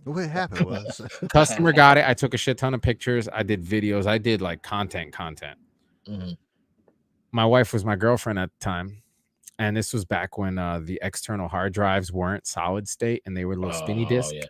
And you know what happens when you drop a spinny disc on the floor and you lose everything. Yeah. So I talk about this arena all the time because I'm like the rafters, the Titantron. I had everything working, like everything, dude, everything. I ran into this customer at ZoloCon. At ToyCon. And I was like, John, holy shit, bro, I've been talking about you forever, yo. You got pictures, bro. I lost the pictures. Da, da, da, da. Yeah, he lost it to house fire. Oh, wow. Yeah, so like to this day, I talk about this scale ring that I built the way the real ones with the metal beams and the wood slats and the fabric, the covers, I built this thing like an exact miniature replica, like it belonged in the museum of the WWF at the time. And I can't just take my word for it. Hey, you need to add that to the list of things that you want to build that people can pop in on. I did a WrestleMania 21. That was that's the thing. Iconic ones, right? Like if people say, man, I want a WrestleMania 25, a 19, whatever it was for you, right? Like you want that. Yeah, 20 was good for that was on my 21st birthday. And so like to be in New York 20, that was with, that's when Benoit won the title. That's right. Yep. Yeah. Wow. And that was at Madison Square Garden, right? Yes, it was. Yeah. See, Realm of Toys would eat that shit up, man. If he fucking got his hands on that, he would fucking take all the fucking pictures. Oh man, he'd probably do a whole fucking photo storyline. Well, you saw the diamond plate that I made for the turtle van. That imagine the steps with the actual diamond. Oh yeah. I did everything. The turnbuckles, everything was hand stitched, and I had everything. I don't think I can bust the credit card out now. Dude, Aaron's got a hefty commission coming. Oh, man. Yep. You know what I've actually really, really wanted to do because of it's a touchy feeling. It's a touchy kind of subject because I want to do it really bad, but at the same time, I feel like it'll bring back so many memories. I want to do a scale legit UFC octagon with the fence. That'd be awesome. That would be killer. Or the TNA 8. The 8s, yeah. That'd be sweet. Man, Got the wheels. Yeah, You're like, yeah, like, what can I hooked up sell to again. make some space for this shit? Like I said, Right. I gotta put this guy to bed here soon. Getting him all riled up before bedtime. yeah, man. Too much sugar. Gotta drink my warm milk. There you go. Duarte, thank you so much for hanging out My with pleasure. us, man. Thank This you for has having me, guys. been an absolutely amazing almost 3 hours, and I really appreciate your time. We're gonna end this with the Ken or the Ryu Dio Excellent. video made by Articulated Ninja. I can't speak now. And we won't see you guys next week. We'll see you all in 2 weeks. Don't forget, Yakking with UConn, April 14th at 7 p.m. Eastern. We'll be on there before we come on here. Love you all. Goodbye.